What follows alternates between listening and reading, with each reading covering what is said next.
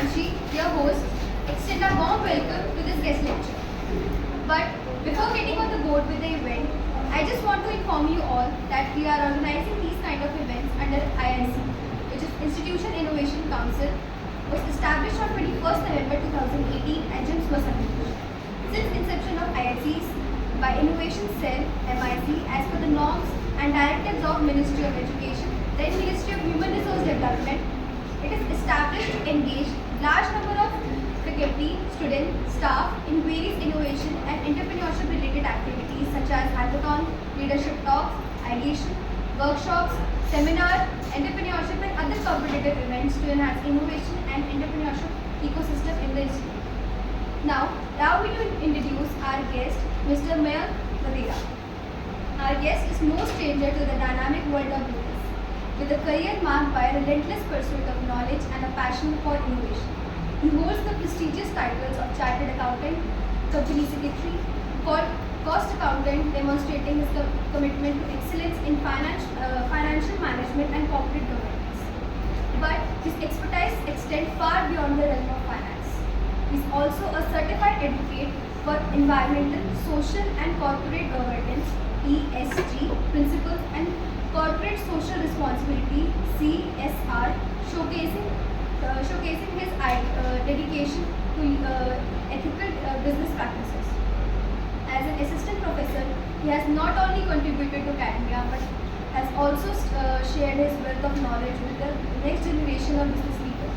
He has served as a consultant at Infosys Limited, where he headed critical projects in GST implementation and SaaS product ownership, and later as a senior manager at EY India, where he played a pivotal role in the development of innovative SaaS solutions for Fortune 500 companies.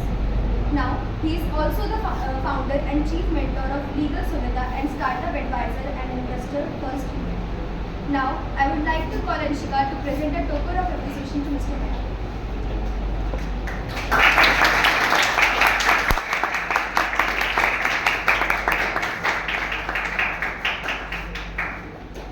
Today, Sir will enlighten us on angel investment, venture capital funding opportunities for early stages entrepreneurs. Now, without any further delay, let's warmly welcome Sir at the stage is yours.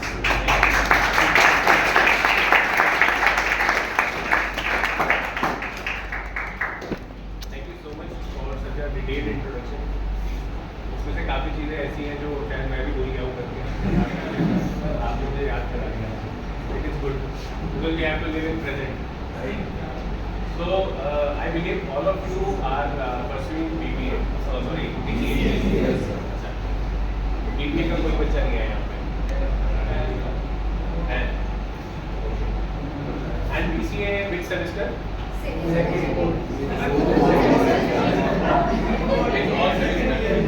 Mix. कोई बात नहीं यार. मेरे जाने के बाद आप ऐसे कर सकते हो. अभी थोड़ी देर हम इंटरेक्ट कर लेते हैं. तो स्टार्टअप्स में आपका क्या इंटरेस्ट है? कोई आप में से कोई स्टार्टअप कर रहा है, स्टार्ट कर चुका है या करने का प्लान कर रहा है? Anyone of you? मतलब आप शेयर कर सकते हैं. आप शायद ये सोच रहे होंगे कि आपका कलीग शॉक हो जाएगा, पता लगेगा मैं स्टार्टअप कर रहा हूँ. एक ही बंदा कर रहा है. बच्चे बोलते हैं अभी कर रहे हैं आप? नहीं सर, स्टार्ट करने का प्लान कर रहे हैं. तो किस चीज़ में प्लान कर रहे हैं आप स्टार्ट कर रहे हैं? सर दो, एक तो एंटरटेनमेंट इंडस्ट्री और एक marketing. Entertainment and marketing. Yes sir. Okay. तो मीन्स एंटरटेनमेंट में अलग करेंगे, मार्केटिंग में अलग करेंगे या मिक्स ऑफ बोथ? सर अलग ही, स्टार्टिंग में अलग, बट हाँ मैंने थोड़ा सा काफ़ी दूर तक प्लान किया है. अभी दूर तक प्लान किया है. Yes sir. तो अब जैसे मैं आपसे पूछ रहा हूँ कि आप स्टार्टअप करना चाह रहे हैं ना, आप जैसे बीसी के स्टूडेंट्स हैं. अभी मैं I was sitting with sir, तो I was just checking about one of your subject, data warehousing, data mining, है ना. तो डेटा वेयरहाउसिंग, डेटा माइनिंग तो पढ़ा होगा आपने? नेक्स्ट सेम है. समझते हो वैसे उसका क्या मतलब है?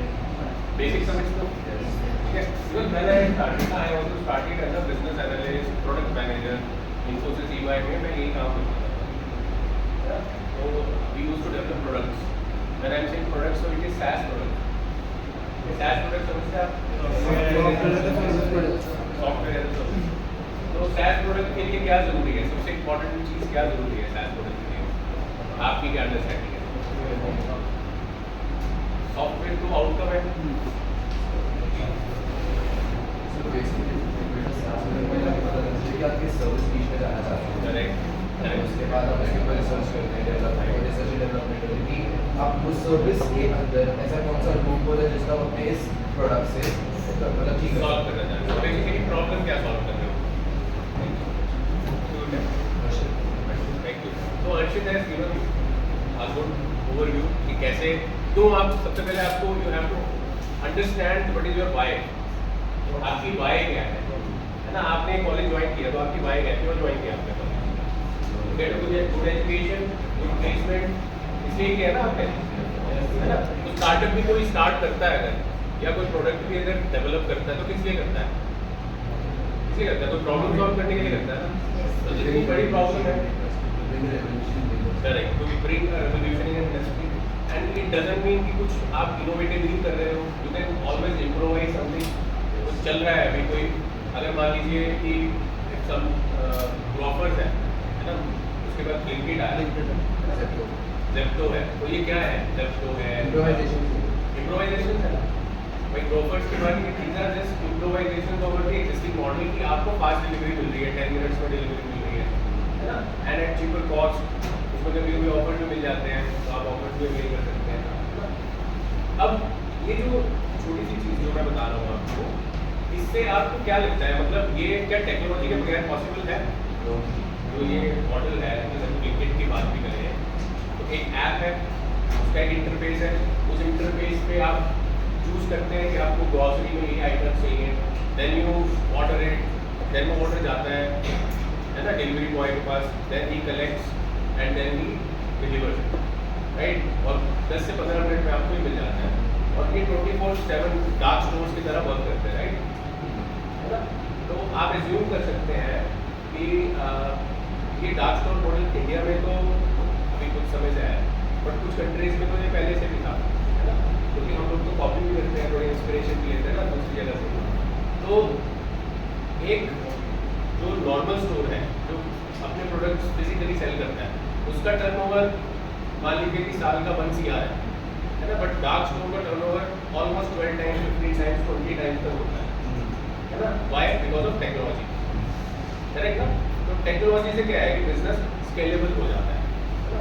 बट इससे भी अगर आप पहले की स्टेज पे आए, है ना, main thing is I will just come back to my topic.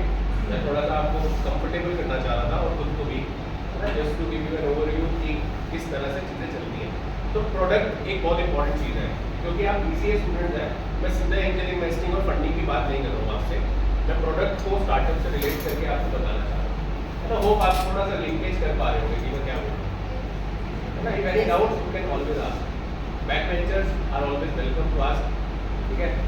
मतलब आप पूछ सकते हैं, कोई प्रॉब्लम नहीं। आवाज़ मेरी पहुँच रही होगी आप तक, है ना, there is no problem.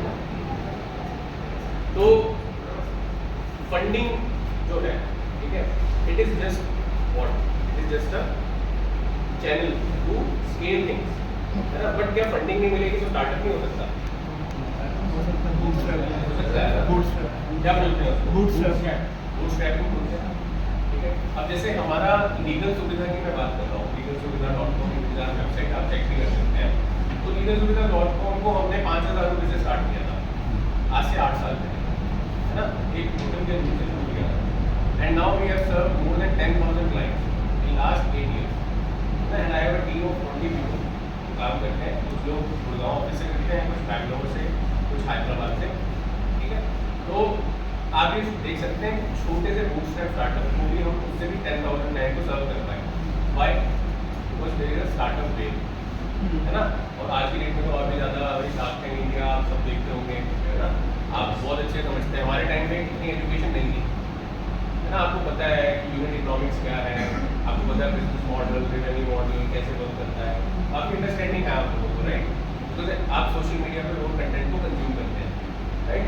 But क्या हमें सिर्फ एक कंज्यूमर बन के रहना चाहिए, कंटेंट को कंज्यूम करना चाहिए, या क्रिएटर भी बनने का सोचना चाहिए?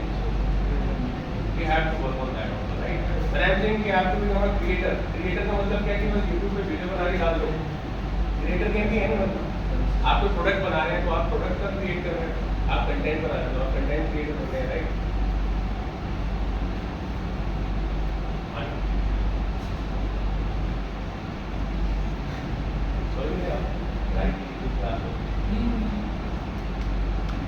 So इसमें PPT कैसे चलेगी, थोड़ा सा मेरे को आप बता दें. अच्छा ये कैसे चलेगी?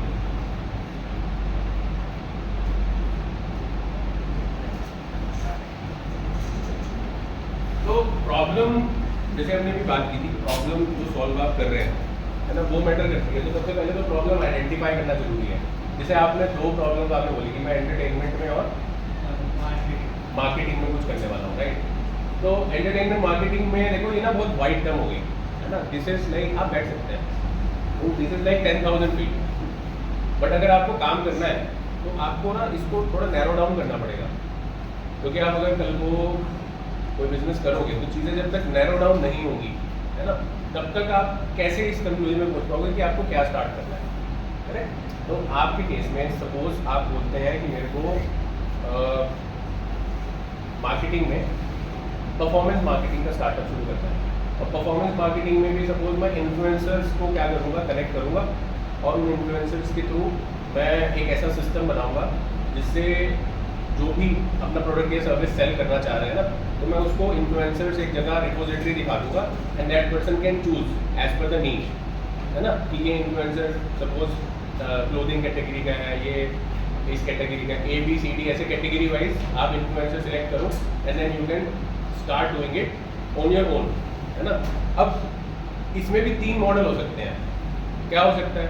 एक हो सकता है कि आपके पास एक कस्टमर आया, उसने बोला कि मेरा 1 लाख का बजट है और मेरे को वो परफॉर्मेंस मार्केटिंग करानी है, तो आप मुझे प्लीज़ गाइड कर दो कि मैं कौन से इन्फ्लुएंसर्स को चूज़ करूँ और अकॉर्डिंगली परफॉर्मेंस मार्केटिंग रन करके मैं लीड जनरेट कर पाऊँ, है ना. सपोज उसका टारगेट है कि वो 1 लाख रुपीज़ खर्च करके, आप लीड समझते हो, लीड जनरेशन समझते हैं ना आप सब. 1 लाख रुपीज़ स्पेंड करके सपोज 1000 लीड उसको जनरेट कर रहे हैं, है ना, और उसका जो पर लीड का जो रेवेन्यू आएगा that will be also around 1000, है ना. तो उसका ROI कितना हुआ? 1000 लीड्स, 1000 पर लीड का रेवेन्यू कितना हुआ ROI का? 1 लाख रुपीज़ लगाए उसने, 10 लाख रुपीज़ का रेवेन्यू, ग्रॉस रेवेन्यू लेके आया, है ना. तो क्या हुआ? 10 टाइम्स रेवेन्यू. बट ये तो रेवेन्यू है ना, इसमें से कॉस्ट भी उसकी जो प्रोडक्ट होगा उसकी कॉस्ट भी रिड्यूस होगी, सब कुछ होगा. तो ये क्या हो गया, इससे ना आप एक यूनिट इकोनॉमिक्स तरफ पहुँचेंगे. आपको पता लगेगा कि आपका स्टार्टअप प्रॉफिटेबल है भी या नहीं है. जैसे 10 लाख रुपए उस बंदे ने लगाया, आप 1 लाख रुपए लगाया और 10 लाख का रिटर्न उसको मिला, तो नेट रेवेन्यू कितना हुआ? 9 लाख. क्योंकि 1 लाख तो खर्च ही कर चुका है. अब 9 लाख में से मान लो उसका प्रोडक्ट कॉस्ट है 4 लाख, तो 5 लाख बचा, ठीक है, और डिलीवरी कॉस्ट ये सब लगा के उसको 4 लाख का प्रॉफिट हुआ, तो प्रॉफिटेबल है, ठीक है. अब ये क्या है, ये एक अप्रोच है.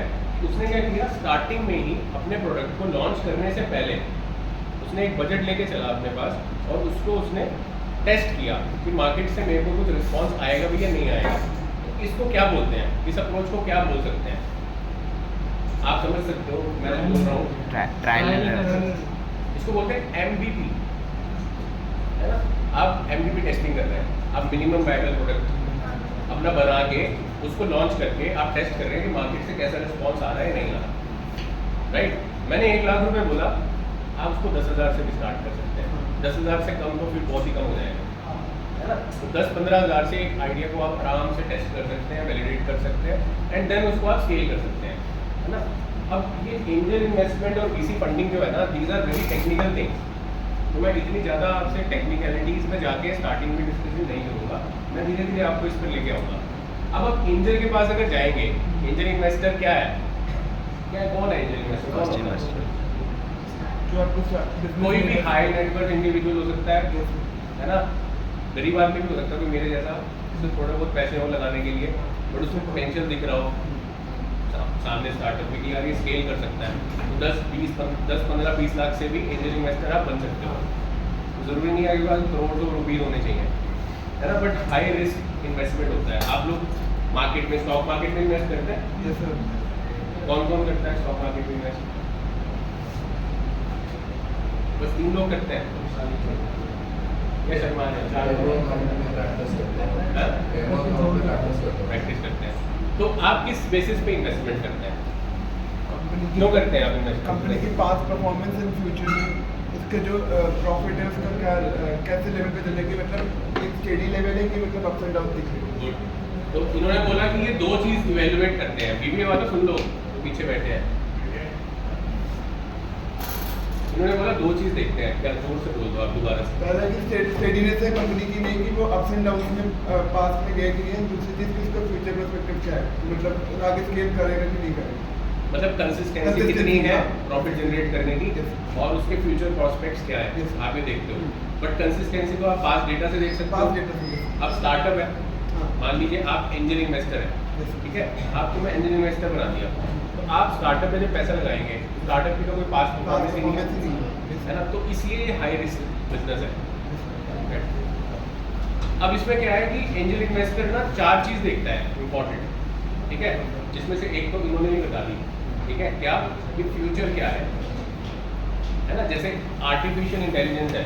अब आपके दिमाग में कोई आइडिया आया कि आप क्लॉड, चैट जीपीटी और गूगल के जो जेमिनाई है, इन तीनों को यूज़ करेंगे और आप एक ऐसा प्लेटफॉर्म बना देंगे कि किसी को अगर कोई बिजनेस आइडिया है ना, तो पिच डेक बनवाने के लिए ना उसे मेरे पास लाना पड़े, आपके प्लेटफॉर्म से ही वो APIs को यूज़ करके, है ना, ऑटोमेटिकली ऑनलाइन ही एक पिच डेक जनरेट कर ले, है ना। अब चैट जीपीटी में बहुत अच्छी कैपेबिलिटीज़ है ना। अगर चैट जीपीटी का अभी 4.5 भी आने वाला है वर्जन, अगर चैट जीपीटी 4 आप यूज़ करते हैं, या जेमिनी का पेड वर्जन है, या क्लॉड है, क्लॉड भी बहुत अच्छा प्लेटफॉर्म है, किसी ने यूज़ किया हो, API यूज़ किया हो, तो उससे क्या होगा, मतलब वो यूज़ करने से क्या होगा कि एक चार्टर्ड अकाउंटेंट जो 50,000 रुपये चार्ज करता है पिच डेक के, है ना, आपने क्या किया कि उस चीज़ को कॉस्ट इफेक्टिव बना दिया, आपने वही काम उसका मान लीजिए 5,000 में करके दे दिया, ठीक है, तो 10 टाइम्स कॉस्ट रिड्यूस कर दिया, प्लस यहाँ पर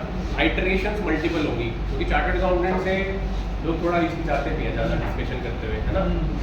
बट आप प्लेटफॉर्म पे जाएंगे तो आप 10 बार इनपुट देंगे, 10 बार वो आउटपुट देगा, तो एक रिफाइंड पिच डेक भी आपका निकल के आएगा, और आइडिया भी आपका वो निकल जाएगा तो आपके दिमाग में है ना। तो जैसे आप कुछ लोग आप शाये हो गए मेरे से शेयर करने में, जो लोग नहीं बता रहे हैं कि स्टार्टअप करना है, इन्होंने तो बता दिया कि करना है। अगर किसी का आइडिया है ना कुछ करने का, तो सबसे पहली चीज़ तो ये है कि आपको ना उसको जॉट डाउन करना है, चाहे आप अपने प्लेन पेपर पे भी ना पेन और पेपर से लिख लें, तो पेन से आप जॉट डाउन कर लें कि हाँ ये चीज़ करनी है।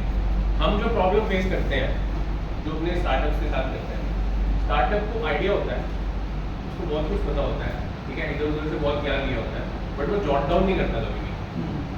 ये सबसे बड़ी प्रॉब्लम है। आपकी क्लास चल रही है, ठीक है, फैकल्टी बहुत अच्छा पढ़ा रहा है आपको, आप नोट्स नहीं बना रहे, इसलिए नोट्स की इंपॉर्टेंस होती है, क्योंकि नोट्स बना लिया आपने तो वो कंसेप्ट आपको याद हो जाता है। ऐसे ही आपके दिमाग में आइडिया चल रहा है, अब आपको नहीं पता कि वो आइडिया से आप कितना बेटर कर सकते थे, तो आपके दिमाग में 5-10 आइडिया रोज आते होंगे। ऐसा होता है ना कि यार ये भी कर लेता हूँ, कभी कैंटीन खोल लेता हूँ, कभी चाय सोडा बार जैसा स्टार्टअप बना लेता हूँ, आता है ना दिमाग में, सबके दिमाग में आता है, नॉर्मल चीज़ है। बट आपने कभी किसी चीज़ को सीरियसली लेके जॉट डाउन किया, मतलब आप एक इकिगाई प्रिंसिपल होती है, आपने बुक पढ़ी होगी इकिगाई की, है ना, है ना, कि आपको क्या आता है, बाजार क्या चाहता है ना, और पैसा उसका मिलेगा या नहीं मिलेगा आपको, 3 चीज़ देखी जाती है ना। मतलब ये मैं बिल्कुल देसी भाषा में बता रहा हूँ आपको जो आता है, जो आपका इंटरेस्ट है, जो आप लॉन्ग टर्म में कर सकते हो, तो स्टार्टअप हमेशा उसमें करना चाहिए आपको। तो क्या करो, आप ये 3 चीज़ को ही ना पैरामीटर बना के आज अगर घर जाओगे, अगर 10, 15, 20 आइडिया हैं आपके पास, तो उन आइडियाज़ की ना आप स्कोरिंग कर लो कि आपको इनमें से क्या सबसे अच्छा आता है ना। मार्केट की सबसे ज़्यादा नीड क्या है, अब मार्केट नीड आप कैसे एनालाइज कर सकते हो, मार्केट रिसर्च कैसे कर सकते हो, बताओ कैसे करोगे मार्केट को रिसर्च कैसे करते हैं? 2 तरह के डाटा होते हैं, प्राइमरी डेटा, सेकेंडरी डेटा पता होगा आपको, Yes, sir. है ना, थ्योरी पढ़ी होगी आपने। प्राइमरी डेटा क्या होता है?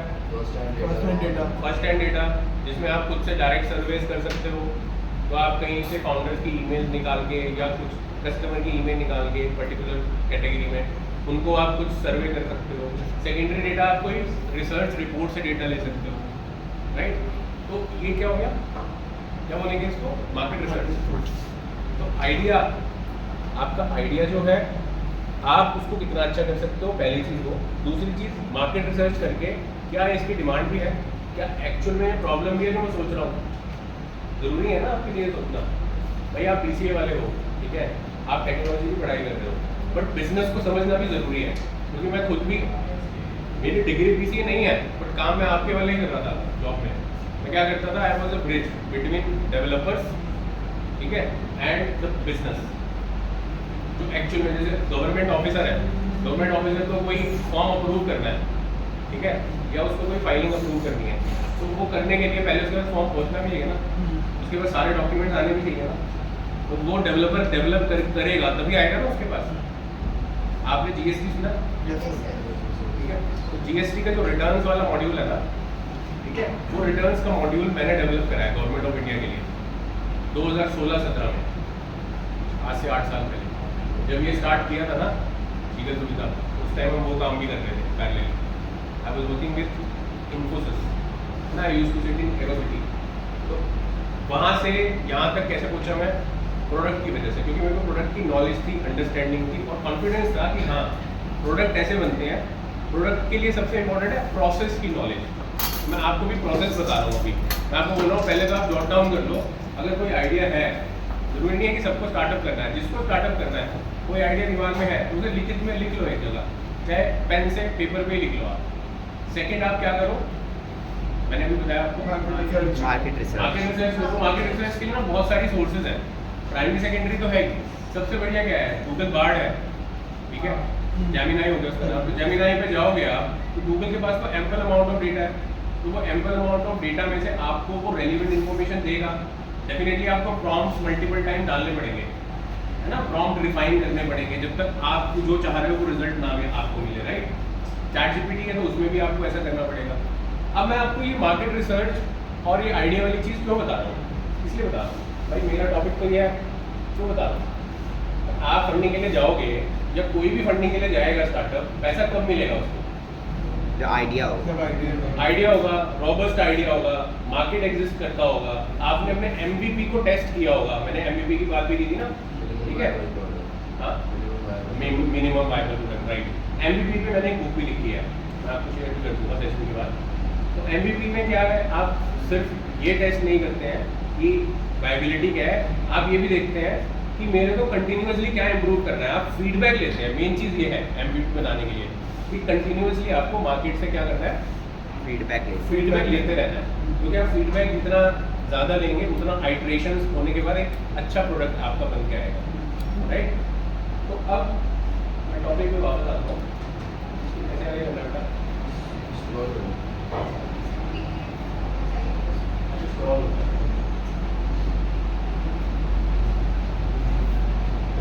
अब आइडिया किसी के पास है ही नहीं यार, एक ही बंदे के पास आइडिया है क्या आइडिया होगा? मेरा जो आइडिया है वो एग्रीकल्चर सेक्टर में जैसे अगर कोई फार्म में अगर ऐसे कुछ मतलब कि रूरल एरिया से बिलोंग करते हैं उसमें देखते होंगे फार्मर्स अपने क्रॉप को सेल करते हैं, वो मिडिल मैन को करते हैं और ये चीज लाइक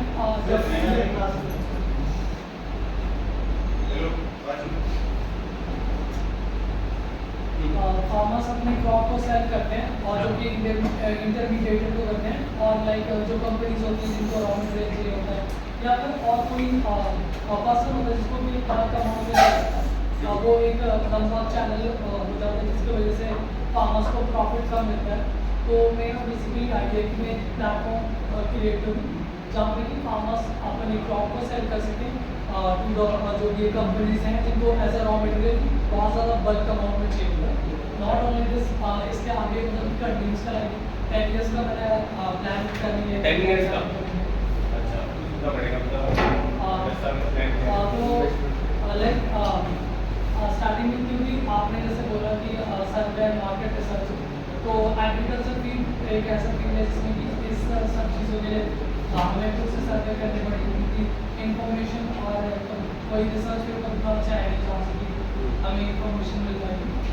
तो फिर उसके लिए एक एक्टिवेट करेंगे, लाइक आपने 2-3 years बाद आपने सुना होगा कि गवर्नमेंट जो फ्री पॉलिसीज ला रही थी, तो उसमें कुछ प्रोटेस्ट करने ये वाला देन आई थॉट कि गवर्नमेंट तो नहीं कर सकती, लेकिन प्राइवेट सेक्टर जरूर एक इनिशिएटिव ले सकती है, क्योंकि प्राइवेट सेक्टर को स्टार्ट होने में एंड बहुत सारे लोगों को जानने में जरूरत थी, उसकी इंफॉर्मेशन बनाने में टाइम लगता है। तो लाइक ये वाला जो प्रोटेस्ट है और उससे कोई फर्क नहीं पड़ेगा। तो फार्मर्स जैसे कि अपना क्रॉप शो करता है, उस टाइम पे हम ऐसा करेंगे कि एक एग्रीमेंट फ्रॉम द फार्मर्स कि हम आपको मार्केट से बेस्ट वैल्यू देंगे, मतलब उससे ज़्यादा ही देंगे। फॉर एग्जाम्पल आप वेट भी ले लो, तो कहीं पे 21 तो कहीं पे 23, क्योंकि मिडिल मैन स्कीम वहाँ पे है जो कि उनसे क्रॉप लेते हैं, उनके पास कोई ऑप्शन भी नहीं है मिडिल मैन को। तो फार्मर्स से एग्रीमेंट करेंगे ताकि ऐसा ना हो कि भाई फार्मर्स को बाद में जब से वो हो जाए, क्योंकि प्रेशर होता है मिडिल मैन का कभी कभी, और कंपनी से पहले टाइप कर देंगे ताकि हम उन दोनों का डायरेक्टली क्रॉप, क्योंकि क्या होता है कि फार्मर्स जो है वो उनका एक छोटा मैं समझ छोटा गया आपकी बात। थैंक यू सो मच इसके लिए याद करो यार।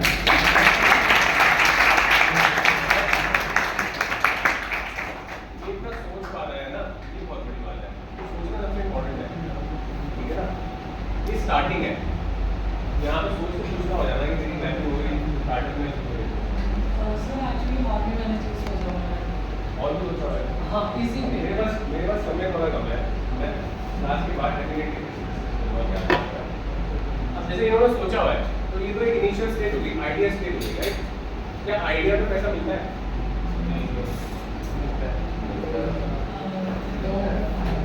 हाँ, मैटर करता है, आइडिया पे पैसा नहीं मिलता है, but chances are very very low. इसलिए मैंने एमबीपी अप्रोच की बात की। मतलब देखो क्या होता है, दो तरह के अप्रोच है, एक एग्रेसिव एक कंजर्वेटिव। अगर आप एग्रेसिव को बहुत ज़्यादा, आपका आइडिया बहुत क्लियर है, आपकी कन्विक्शन है, तो इन्वेस्टर हमेशा देखता है कि फाउंडर की क्या कन्विक्शन है, आपकी कन्विक्शन पे ही पैसा मिलता है ना। और आपने प्रोडक्ट रेडी भी कर दिया, आपने लॉन्च भी कर दिया, आपने टेस्ट भी कर लिया, बट आप कन्विक्शन खुद की नहीं है, आप रेवेन्यू भी जनरेट कर रहे हो, बट आपकी खुद की कन्विक्शन नहीं है, आप खुद ही सेटिस्फाइड नहीं हो, तो कॉन्फिडेंट हो गए कि आप फंडिंग नहीं जाओगे? नहीं हो गया। इसमें कॉन्फिडेंस बहुत है। आपके क्या नाम है? अभिषेक को कॉन्फिडेंस बहुत है, ठीक है, बट इन्वेस्टर इसकी धज्जियां उड़ा सकता है। क्यों?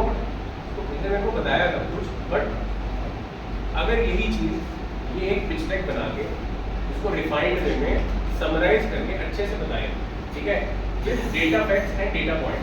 इसने जो अभी बताया, आपने इसकी पिच में या इसके आइडिया में एक चीज़ नोटिस करी कि इसमें कोई भी ना डेटा नहीं है ना, सोच पा रहा है, जो कि बहुत ही अच्छी चीज़ है, बट जब तक हमारे पास फैक्ट्स नहीं होंगे, डेटा नहीं होगा, ठीक है, इन्फॉर्मेशन समराइज वे में हम शेयर नहीं करेंगे, तो इन्वेस्टर शायद हमें इन्वेस्टमेंट नहीं करेगा हमारे आइडिया, है ना। ये 2-3 चीज़ें हमें एम्बेड करनी है। उसके लिए आप क्या करोगे? सबसे पहले लिखोगे ना, रिसर्च करके उसको और इम्प्रोवाइज करोगे ना। पहले अपना एक बेसिक आइडिया लिख के उसको आप रिसर्च करके और रिफाइन करके उसको एक प्रॉपर पिच डेक में डालोगे, जिसकी मैं अभी बात भी करूँगा आपसे। उसके बाद आप किसी इन्वेस्टर को पिच करेंगे। इन्वेस्टर कोई भी हो सकता है, इन्वेस्टर गवर्नमेंट ऑफ इंडिया भी हो सकती है, कोई इंक्यूबेशन सेंटर भी हो सकता है ना, कोई इंडिविजुअल भी हो सकता है, कोई VC फर्म भी हो सकता है, कोई भी हो सकता है इन्वेस्टर, है ना। अब ये क्या होते हैं, ये लोग क्या होते हैं, अब जैसे हम बोल रहे हैं कि have you ever had a brilliant idea of business that to solve a real problem. Real problem की बात हो रही थी, real problem की बात ही तो कर रहे हैं।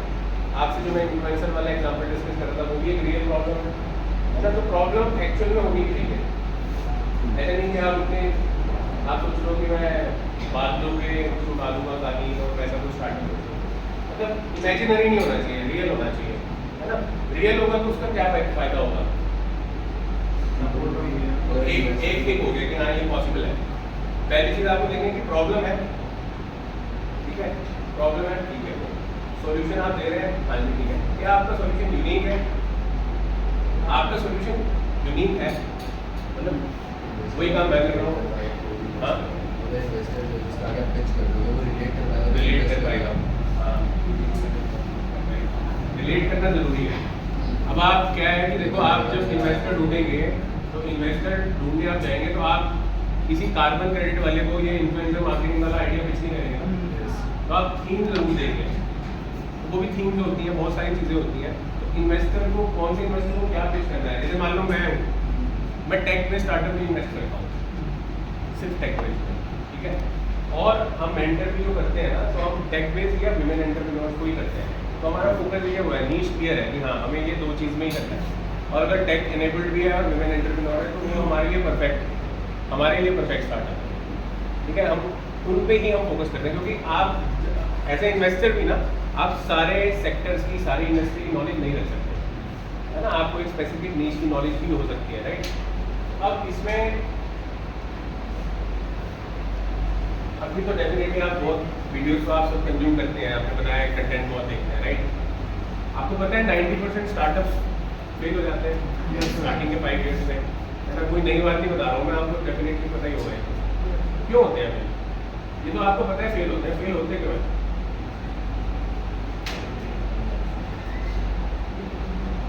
अब कुछ वो बताएगा जिसने कोई आंसर नहीं दिया।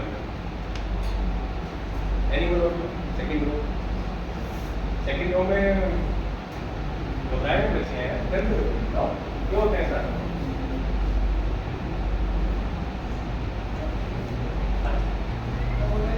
स्टार्टअप इसलिए जब कोई पर्सन जब स्टार्टअप स्टार्ट करते हैं तो उनके माइंड में जो प्रोडक्ट होता है वो 4 to 5 years का ही वो एक माइंड में लेके चलते हैं। वो आगे 10 साल या 20 साल का लेकर नहीं चलते, तो उसका तब का हम तब देखेंगे। शॉर्ट विजन होता है, शॉर्ट विजन होता है, लॉन्ग विजन नहीं लेके चलते। और क्या रीजन होता है? ये अच्छा है किसी को कोई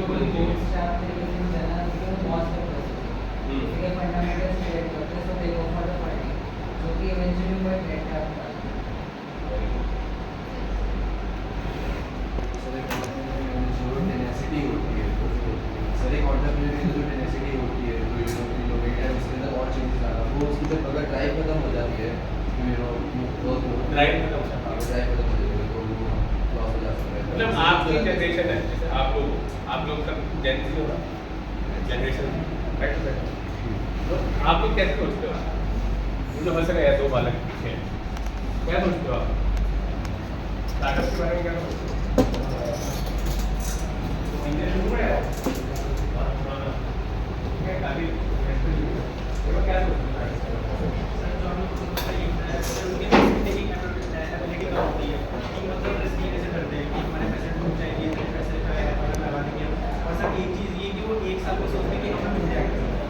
स्टार्टअप का आइडिया ये होता है कि कम से कम 2 साल तक फिर रहना है, जिसमें से अपने पास से इन्वेस्ट करना होता है। उसके 2 साल के बाद उनको 10 से 20% कुछ मिलता है, 50% भी मिलता है ना, 100 तो 10 to 20% का किसी को ऊपर रहना। तो ये इसने बहुत अच्छा आंसर दिया, 2-3 चीज़ें बोल दी है। क्या नाम है आपका?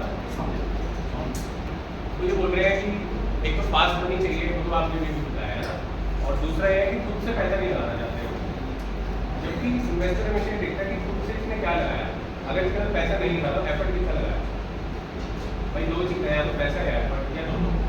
अगर आपने 10,000 रुपये, आपकी कैपेबिलिटी है, आपको पॉकेट मनी मिलती है 10,000 रुपये बस, आपने उस 10,000 में से 8,000 रुपये स्टार्टअप में लगा दिया, 2,000 में जुगाड़ करके कैसे भी अपना गुजारा किया, है ना। दोस्त क्या रह लिए, खाने पीने का भी उधार है, सब कुछ आपका, आपने 8,000 रुपये लगा दिए अपने स्टार्टअप में, 10 महीने से काम कर रहे हो, बर्न कर रहे हो, तो वो ये देखेगा कि पैशन कितना है। फिर वो ये देखेगा कि जो ये करके रहे ना, उसके आउटकम क्या है, कितने यूजर आ गए इसकी वेबसाइट पे, इसके प्लेटफॉर्म पे।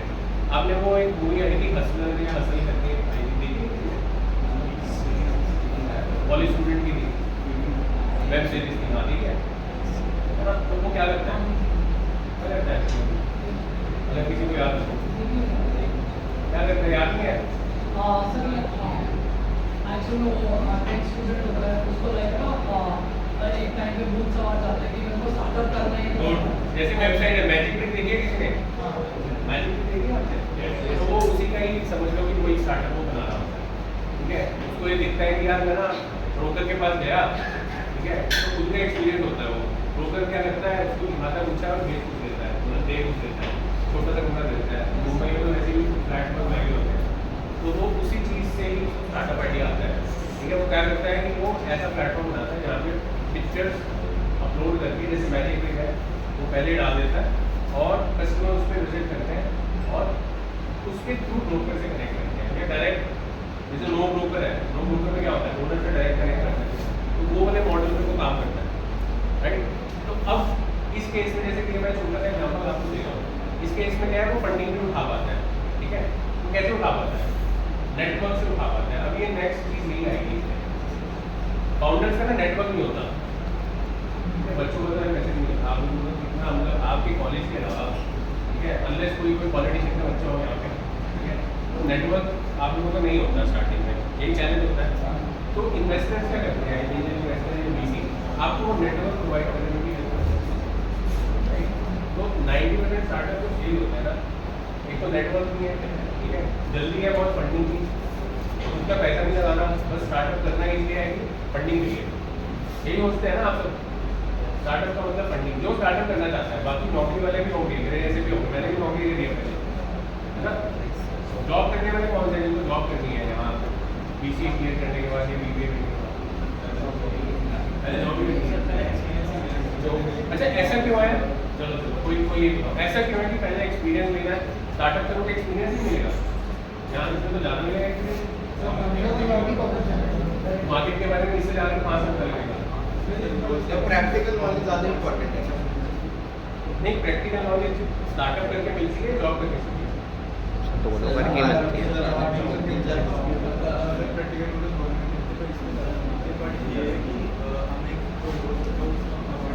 मतलब रिस्क टेकिंग कैपेबिलिटी मेन चीज़ है, स्टूडेंट की रिस्क टेकिंग कैपेबिलिटी कम होती है, इसलिए आप जो जॉब पहले करने के बाद एक कॉन्फिडेंस बढ़ जाता है कि हाँ मैं कर सकता हूँ।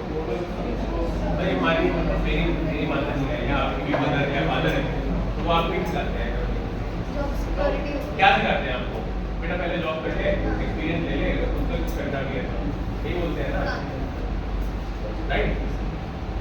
तो अगर माइंडसेट बचपन से हमारा ऐसा बना हुआ है, पहले जॉब करेंगे फिर स्टार्टअप करेंगे, ठीक है, तो क्या होता है कि इनिशियली ना, खासकर आपके इंस्टीट्यूट के बच्चे क्या करते हैं, अच्छा स्टार्टअप चल भी गया, उनका काम भी चल गया, फंडिंग भी उठा ली, तो तब भी एग्जिट मार लेते हैं, क्योंकि क्या होता है कि उनका जो माइंड होता है ना, वो बहुत मतलब वल्नरेबल होता है, उनको दिखता है कि यार मेरा कलीग इतनी अच्छी जॉब कर रहा है, मैं स्टार्टअप में इतना टाइम भी ले रहा हूँ, मेरे को पैसा नहीं मिल रहा है, तो वो स्टार्टअप छोड़ के जॉब में चला जाता है। ये एक रीज़न होता है, ये एक मेजर रीज़न होता है।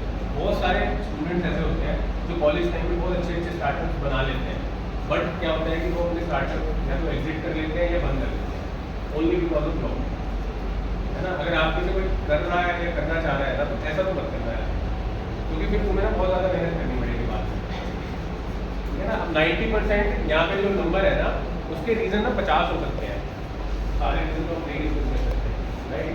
बट जो मेन 3-4 टॉप रीज़न है वो ये है कि हमें जल्दी पढ़नी चाहिए, होती है, और कंसिस्टेंसी नहीं है। देखो आपको सब कुछ पता है ना, हमें सब कुछ पता होता है, करते फिर भी करते, लेकिन हम वही है जो सिचुएशन के हिसाब से हमारे लिए ठीक होता है, या जो उसने हमारे लिए सोचा होता है, गॉड ने हमारे लिए सोचा होता है, करते तो वही है ना अल्टीमेटली, राइट। अब थोड़ा सा ना शायद स्लाइड ऐसे हो गई है, तो प्रॉब्लम तो दिख रहा है आपको क्या है इसमें, क्या लिखा है, तो ये क्या है, मतलब आप चलो ये जो टॉपिक था ना, अभी उसको बिल्कुल भूल जाओ, जो हम डिस्कस कर रहे हैं। आप स्टार्टअप कर रहे हो, ठीक है, आप इमेजिन करो आज से 3 साल बाद 5 साल बाद आप स्टार्टअप कर रहे हो, ठीक है, मतलब आपने जॉब कर ली, एक्सपीरियंस ले लिया, जो आपकी इच्छा है मन की कि भाई मैं जॉब करूँ पहले, उसके बाद तो आप स्टार्टअप करोगे, कभी ना कभी कुछ ना कुछ तो करोगे, बिजनेस करोगे, ठीक है, कॉर्पोरेट स्टार्टअप करोगे। कॉर्पोरेट स्टार्टअप पता क्या होता है, कॉर्पोरेट स्टार्टअप होता है नॉर्मल स्टार्टअप, जो स्केलेबल तो नहीं होता बट प्रॉफिट मेकिंग होता है, आप थोड़ा बहुत प्रॉफिट भी कमाओगे तो चलेगा। जैसे समझो कि एक प्रोफेशनल, जैसे कि मान लो मेरी जो CA वाली प्रैक्टिस है, ठीक है, वो कॉर्पोरेट स्टार्टअप है, कैसे, उसमें रेवेन्यू आएगा, ठीक है, और हंसी आ रही है ना कॉर्पोरेट स्टार्टअप सुन के, क्या घिन आ रही है, मुझे कुछ घिन आ रही है ना, लड़कियों को ज़्यादा घिन आती है, तो कॉर्पोरेट स्टार्टअप्स बोलते हैं जो प्रॉफिट मेकिंग होते हैं, बट ऐसा रहता है उनका कि वो लॉस में नहीं जाते, बंद नहीं होते, ठीक है। और जो दूसरा नॉर्मल वाला स्टार्टअप है उसमें ये या तो वो बहुत बढ़ जाएगा या फिर वो फेल हो जाएगा, ठीक है। हम अभी उसी की बात कर रहे हैं, बढ़ने और फेल होने वाली। बट आपको पता होना चाहिए कॉर्पोरेट स्टार्टअप भी एक टर्म है और वो गलत नहीं है ऐसा करना, है ना। SMEs MSMEs जो है ना इंडिया में लगभग 6 करोड़ से 8 करोड़ है, तो वो सारे स्टार्टअप्स ऐसे नहीं है कि वो बहुत स्केलेबल बिजनेस है, समझ लो मेरी बात। एक MSME की डेफिनेशन पता है क्या है आपको? MSME की फुल फॉर्म पता है? Micro small and medium micro small medium enterprise। Enterprise, है ना। माइक्रो का मतलब जिनका 5 करोड़ रुपए तक का टर्नओवर होता है Turnover वो है, माइक्रो बोलते माइक्रो। हैं।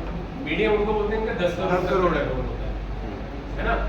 10 करोड़ का इन्वेस्टमेंट 50 करोड़ तक का टर्नओवर, और मतलब स्मॉल उनको बोलते हैं। मीडियम उनको बोलते हैं इनका 250 करोड़ तक टर्नओवर, मतलब 5 करोड़ तक है टर्नओवर तो माइक्रो, 50 करोड़ तक है तो मीडियम, और 250 करोड़ तक है सॉरी स्मॉल, और 250 करोड़ तक है तो स्टार्टअप में ऐसा नहीं है। आपका टर्नओवर 100 रुपये है, आपका टर्नओवर 1000 करोड़ है, आप स्टार्टअप है, ठीक है ना। तो अब यही सबसे बड़ा खेल है। रिस्की क्यों है स्टार्टअप? इसलिए है आपको नहीं पता कि क्या हो जाएगा कल को। एकदम से आपका आइडिया ऐसा है कि भाई मार्केट को वो चाहिए, ठीक है, और आपने वो लॉन्च किया, वो एकदम से स्केल कर जाएगा। जैसे मैंने क्या किया था मई 2023 में, लास्ट ईयर, इसी दौरान ChatGPT को 6 महीने हुए थे, आप आई थिंक नवंबर 2022 में आया था, आपको पता ही होगा सबको। Yes sir. तो मैंने क्या किया, इतना कोर्स लॉन्च किया उस पर, ठीक है। कोर्स लॉन्च करते साथ ना फर्स्ट मंथ में रेवेन्यू आया 5 लाख रुपये, और मैंने कोई एडवर्टीजमेंट नहीं करी, कुछ नहीं करा। जो मेरा डेटाबेस था, जो हमारे सब्सक्राइबर्स थे या कस्टमर्स थे, बस मैंने उनको ही वो शेयर किया। तो आप समझो कि फर्स्ट मंथ ऑफ लॉन्च में 5 लाख रेवेन्यू आया। तो टाइमिंग की बात थी, उस टाइम सबको सीखना था ChatGPT से पर्सनल ब्रांडिंग कैसे कर सकते हैं, मार्केटिंग कैसे कर सकते हैं, कोलैटरल्स कैसे बनते हैं, राइट। अब आज की डेट में उसका रेवेन्यू कितना होगा? कम डिप हो गया, डिप। क्यों? टाइमिंग की बात है। जब लॉन्च किया था तो यहाँ था, अब यहाँ है, ठीक है। धीरे धीरे वो डिक्लाइन पे जा रहा है, तो मेरे को क्या करना पड़ेगा? मेरे को अपना मॉडल चेंज करना पड़ेगा। मैं अपडेट। उसी पे तो रिलाई नहीं कर सकता उन कोर्सेज पे। तो मैंने क्या किया, कुछ और कोर्सेज लॉन्च किए, जैसे how to make a pitch deck. Pitch deck की प्रॉब्लम है, प्रोफेशनल्स को भी नहीं पता पिच डेक कैसे बनती है, अभी आपको बताऊंगा मैं, ठीक है। उसके पैसे चार्ज करते हैं, वैसे आपको मैं फ्री में बताऊंगा, ठीक है। अच्छा, एंजल इन्वेस्टर और वेंचर कैपिटलिस्ट में फर्क क्या होता है? They can be क्या डिफरेंस होता है? एंजल इन्वेस्टर और VC में क्या डिफरेंस होता है? यार मुझे भी नहीं यार, क्या डिफरेंस होता है? आंसर चाहिए। सर एंजल इन्वेस्टर एक सिंगल पर्सन भी हो सकता है, लेकिन आई थिंक वेंचर कैपिटलिस्ट एक फॉर्म होती है, तो एक ग्रुप कह सकते हैं जो मिलकर इन्वेस्ट करता है। बहुत बेसिक डेफिनेशन है, आप सबको पता होगा जो मैंने बताया, राइट। एंजल इन्वेस्टर वो है, आपने बिजनेस शुरू किया है, ठीक है, आपको कुछ फंड चाहिए, तो वो आपको फंड देता है और आपसे खेलता है काउंटर पे, बैट फाउंडर पे लेता है हमेशा, यानी सदा जी किस पे बैट लेता है? फाउंडर पे। फाउंडर पे, राइट। और VC जो है ना, वो फाउंडर को तो देखता ही है, फाउंडर को हर बंदा देखता है, बट वो ये देखता है कि किस सेगमेंट में वो पैसा डाल रहा है, क्या वो उसका फोकस इम्पैक्ट एरिया है जहाँ पर वो फोकस कर रहा है। क्योंकि VC फर्म सब चीज़ों में नहीं निकालती। अब टाइगर ग्लोबल है, सिंगोआ कैपिटल है, आपने नाम सुने होंगे, है ना। तो ये सारे फर्म में लगा देते हैं, इनका एक फोकस एरिया होता है। जैसे मान लो ये टेक पे स्टार्टअप पे लगाएंगे, है ना। तो वेंचर कैपिटलिस्ट और एंजल इन्वेस्टर्स आपके लिए कैसे रेलिवेंट है? अगर आपको खुद का स्टार्टअप शुरू करना है, आप किसके पास जाओगे? पहले VC के पास चले जाओगे? एंजल इन्वेस्टर पहले एंजल के पास जाओगे? कैसे जाओगे आप? उन तक कैसे पहुंचोगे? कैसे पहुंचोगे एंजल इन्वेस्टर तक? आप नोट डाउन कर सकते हो अगर पेन पेपर है आपके पास। एंजल इन्वेस्टर्स को आप कुछ पोर्टल्स हैं, जैसे लेट्स वेंचर है, क्रंच बेस है, आपको पता होगा, अगर नहीं पता तो आप नोट कर सकते हो। आप वहाँ जा सकते हो, अपने आप को एज अ रिक्रूटर लिस्ट कर सकते हो। एज अ रिक्रूटर आपको एक हैक बता रहा हूँ, एज अ स्टार्टअप नहीं बोल रहा हूँ, as as a recruiter list कर सकते हो, ठीक है। और आप पोस्ट डाल सकते हो कि आपको जैसे लिंक्डइन पे आप पोस्ट डाल सकते हो एज अ रिक्रूटर, ठीक है। आपके फॉलोअर्स भी बढ़ जाएंगे, ये भी है फॉलोअर्स बढ़ाने हैं ना, तो रिक्रूटमेंट की पोस्ट डालते हो कंटिन्यूअसली। किसी ने किया है ऐसा? हैं? Recruitment देखो, एक पेज बनाना और रिक्रूटमेंट डालना स्टार्ट कर देगा, फॉलोअर्स कैसे बढ़ेंगे, ठीक है। मैं आपको ऐसी चीज़ बता रहा हूँ जो एक जो रहस्य है, जो लोग ऐसे पब्लिकली शेयर नहीं करते हैं, ठीक है। देखना अब लैंडस्केप क्या है, स्टार्टअप इकोसिस्टम का लैंडस्केप क्या है आपके हिसाब से? What is the landscape? कौन कौन है इकोसिस्टम में? एक फाउंडर, राइट, दूसरा कौन है? यहाँ पर इंक्यूबेटर लिखा है और एक्सेलरेटर लिखा है, ये दो टर्म पता है आपको क्या है? यस क्या होता है इंक्यूबेटर? सर इंक्यूबेटर तो वो होता है जो कि एक स्टार्टअप को लेके उसको लाइक नर्चर करता है, लाइक अ प्लांट को जैसे हम नर्चर करते हैं उसको ग्रो करने में हेल्प करता है। एक्सेलरेटर वो होता है जो उस स्टार्टअप को बूस्ट करने में हेल्प करता है। तो इंक्यूबेटर्स ना गवर्नमेंट ने बहुत सारे बना दिए हैं, 120 इंक्यूबेटर बनाए हैं पिछले 3-4 साल में, जो startup India seed funding portal पे, ये भी आप लिख सकते हो, startup India seed funding portal, ठीक है। Startup India seed funding portal पे इंक्यूबेशन सेंटर्स है। जैसे इनका आइडिया है एग्रीकल्चर बेस्ड स्टार्टअप शुरू करने का, इनका आइडिया है एंटरटेनमेंट बेस्ड या मार्केटिंग बेस्ड स्टार्टअप स्टार्ट करने का, है ना। आपका कोई और आइडिया हो सकता है, तो आप क्या कर सकते हो, आप फिल्टर क्राइटेरिया यूज करके आप शॉर्टलिस्ट कर सकते हो कि कौन से इंक्यूबेटर्स हैं, लोकेशन के बेस पे और नीश के बेस पे वो कहाँ फोकस कर रहे हैं, and then you can apply to them directly, provided you have a private limited company, you have LLP, okay. आपके पास ये होगी तो आप इजीली वहाँ पर अप्लाई कर सकते हो। उसके बाद है एक्सेलरेटर्स। एक्सेलरेटर्स क्या है? These are extension of incubators. नींद आ रही है बेटा? बच्चों को नींद आ रही है? आप सीधे बैठ सकते हो बेटा, आप देख ही नहीं रहे हो मेरे को। मतलब मेरे को यार रहता है कि मेरे को जो मैं बोल रहा हूँ तो आप मेरे को देखते रहो और मैं आपको देखता हूँ, थोड़ा इंटरेक्टिव रहता है ना।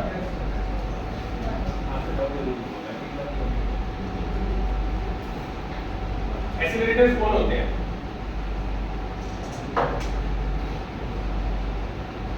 नहीं पता नहीं है, बता नहीं रहा।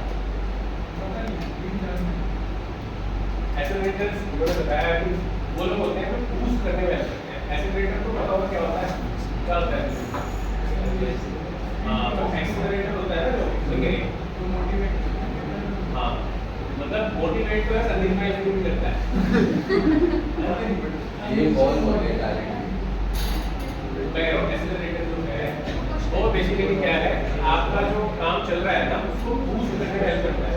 जैसे आप इंस्टाग्राम पे पोस्ट को बूस्ट करते हैं, तो एक्सेलरेट करते हैं ना। यहाँ पर एक इंक्यूबेशन सेंटर का एक एक्सेलरेटर आपके स्टार्टअप आइडिया को, जो आज की डेट में मान लो 5 लाख रेवेन्यू कर रहा है, ठीक है। जैसे मैं अपने इसकी बात करूँ जो मैंने लॉन्च किया, अभी मैंने उसमें ईमेल मार्केटिंग में 50,000 डाल के 5 लाख कमाए, ठीक है। मान लो मैं उसमें इंस्टाग्राम मार्केटिंग भी करता, मैं फेसबुक मार्केटिंग भी करता, मैं यूट्यूब पे भी ऐड चलाता, ठीक है। उसका बजट बन रहा था सपोज 5.5 लाख रुपये, रिस्क तो था उसमें, बट वो ऐड चलाने से हो सकता था कि रेवेन्यू मैंने 5 लाख किया, वो रेवेन्यू में 20 लाख करता, राइट। तो 5.5 लगा के 20 कमाता, कितना हुआ? 14.5 लाख, राइट। अभी कितना कमाया? 50,000 लगा के 4.5। हाँ बेटा, बिजनेस डेवलपमेंट आप बोल सकते हो, बट एक बिजनेस ग्रोथ है ना। मतलब क्या है, परफॉर्मेंस मार्केटिंग की जो मैं बात कर रहा था, परफॉर्मेंस मार्केटिंग क्या है?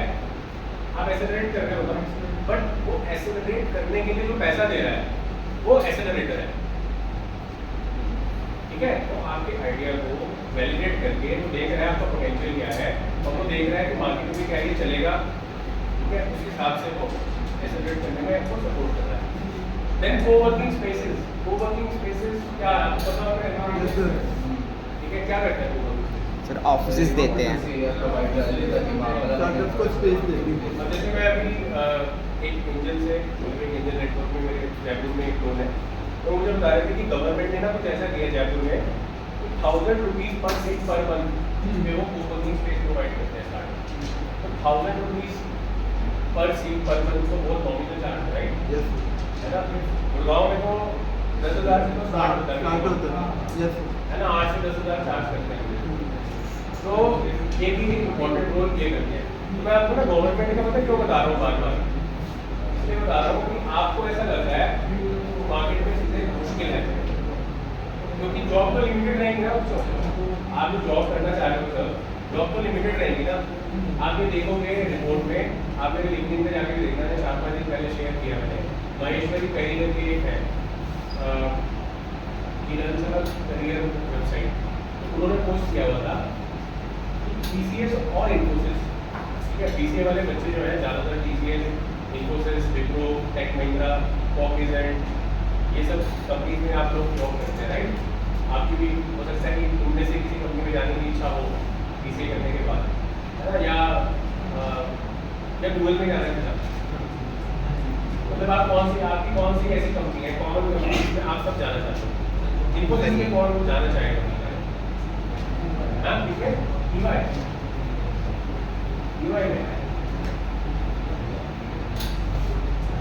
में आया मैं भी एक टाइम पे अच्छी कंपनी है। मतलब आपने एक बार EY में काम कर लिया, फिर आप अच्छी तरह आपको समझ गया होगा, बहुत बहुत बढ़िया कंपनी है उस लिहाज से। आपकी क्या है ड्रीम कंपनी, क्या है आपकी? मैं कुछ पॉइंट डिस्कस करना है इसलिए पूछ रहा हूँ, किस कंपनी में जाना चाहता हूँ? आप बताओगे तो मैं डेटा बताऊँगा। या पता ही नहीं है अभी तो BCA करेंगे, बात करेंगे रॉकस्टार नो, ठीक है sir game company, game development company sir game development और मतलब गेमिंग कंपनी में जाना है, गेमिंग कंपनी में जाना है। गाड़ी आपको कहाँ जाना है? EY में। आपको कहाँ जाना है? घर जाने के यहाँ से बात करो गूगल आपसे पूछा हूँ मैंने थोड़ा सा फैन क्या बात है, मतलब फेसबुक वगैरह ठीक है, सीधा नौकरी मिल जाएगी यहाँ से जाते साथ कॉलेज तक का कॉल ले लें, क्या मेहनत करनी पड़ेगी? पढ़ना पड़ेगा। अच्छा आज की डेट में बैठ हो आप, आज की डेट में ना अपने पढ़ाई में देखते हैं अभी, तो ये दिमाग में निकाल देना, इंटर्नशिप बहुत जरूरी है, प्रैक्टिकल एक्सपोजर बहुत जरूरी है। आप देखें आपकी प्रोफाइल में देखा जाता है कि आपने 3 महीने की इंटर्नशिप करी हुई है, ठीक है, 6 दिन करी हुई है, कितने महीने की इंटर्नशिप की है, कितनी जगह की है, कौन सी वाली प्रोफाइल में की है, क्या काम किया है, ठीक है। और ऐसी कोई गारंटी नहीं है कि जो पढ़ाई कर रहे हो वैसी जॉब मिलती है मार्केट में। आपको ये क्लियर होगा, वैसे नहीं होगा तो मैं बता रहा हूँ आपको, ठीक है ना। ऐसा नहीं होता कि आप जो पढ़ रहे हो ना जॉब भी वही मिलेगी, जॉब कुछ भी मिल सकती है अगर जॉब करनी है तो, वरना तो फिर खाली भी बहुत लोग बैठे हैं, अनएम्प्लॉयमेंट तो है हमारे देश में बहुत, कई कारण नहीं हुई कि हमें अपनी चॉइस की जॉब नहीं मिलती, जो हम चाहते हैं वो नहीं मिलता राइट। मैं इस पॉइंट पे आ रहा था बेटा कि आपको ये जान के हैरानी होगी पिछले 30 साल में, 30 से भी ज़्यादा साल में इन्फोसिस और TCS का जो हायरिंग का रेशियो है ना, हायरिंग की परसेंटेज है वो नेगेटिव में है, ठीक है। तो ये तो टॉप जायंट्स है राइट। और ऐसा ही हाल दूसरी कंपनीज में भी है। अमेजॉन भी फायर करते हैं, तो आपके पास अगर इनशॉट ऐप होगा, इनशॉट ऐप नोटिफिकेशन आती है ना कि इस कंपनी ने इतने लोगों को फायर कर दिया, इसने इतने लोगों को फायर कर दिया, तो क्यों कर रहे हैं फायर बताओ? क्योंकि चीज़ें ऑटोमेशन की तरफ बढ़ रही है ना, आर्टिफिशियल इंटेलिजेंस, मशीन लर्निंग पढ़ रहे हो ना आप लोग, आप तो डेटा साइंस और मशीन लर्निंग वाले बच्चे हो ना, आप समझते हो ना इस चीज़ को। तो अब डेटा साइंस मशीन लर्निंग पढ़ने से क्या नौकरी मिल जाएगी आपकी? उसके फील्ड में रिसर्च भी चाहिए, प्रैक्टिकल तो रिसर्च तो वहाँ भी करनी पड़ेगी ना, जैसे स्टार्टअप में रिसर्च करनी पड़ेगी, तो रिसर्च तो अपनी पढ़ाई में और करनी पड़ेगी आपको। कि कंपनी को क्या चाहिए? कंपनी को तो चाहिए बहुत करोगे तभी जॉब मिलेगी, रिटर्न चाहिए। करेक्ट। तो मैं आपको ये समझाना चाह रहा था, आपको लग रहा है कि जॉब करके एक्सपीरियंस लेंगे उसके बाद स्टार्टअप करेंगे, पहले जॉब मिलनी ही बहुत मुश्किल है। तो अपने माइंड सेट को ना थोड़ा सा फ्लेक्सिबल रखो, जॉब नहीं भी मिलती ना तो एक जो आपको अच्छा लगता है ना, छोटा सा कुछ खुद का स्टार्ट करने की सोचो, अगर अभी तक नहीं सोचा, ठीक जिसमें थोड़ा सा कैपिटल लगता हो। मैंने आपको क्या बोला, जब हमने स्टार्ट किया तो कितना कैपिटल लगाया था? सिर्फ 5,000। सिर्फ 5,000 में क्या 5,000 में तो पैसा लगता था यार, 5,000 खराब करने हैं तब लगता था ऐसा। तो 5,000 क्या हो गया यार, 5,000 तो हमें अच्छे रेस्टोरेंट में जाते वहाँ खर्च हो जाते हैं आपके एक टाइम में खाना खाने, कुछ नहीं है ना। अब तो इन्फ्लेशन वैसे बहुत तेज़ी से बढ़ रहा है। तो आपको क्या करना है, आपको आज एक बार जब मेरे से मिल लिया हुआ, इतना तो दिमाग में थोड़ा सा तो रखता कि यार अगर मेरा कुछ आइडिया है ना तो थोड़ा सा तो मैं उस पर काम करूँ, क्योंकि गवर्नमेंट ना ये चाहती है, मैं गवर्नमेंट की बात कर रहा हूँ ना बार बार, स्कीम्स की, सीड फंडिंग स्कीम है ना, स्टार्टअप इंडिया है। तो इसके बाद देखो गवर्नमेंट को पता है जॉब तो एक लेवल तक ही जनरेट हो सकती है, उसके बाद क्या होगा, उनको जॉब क्रिएटर्स चाहिए मार्केट में, इसलिए सपोर्ट कर रहे हैं।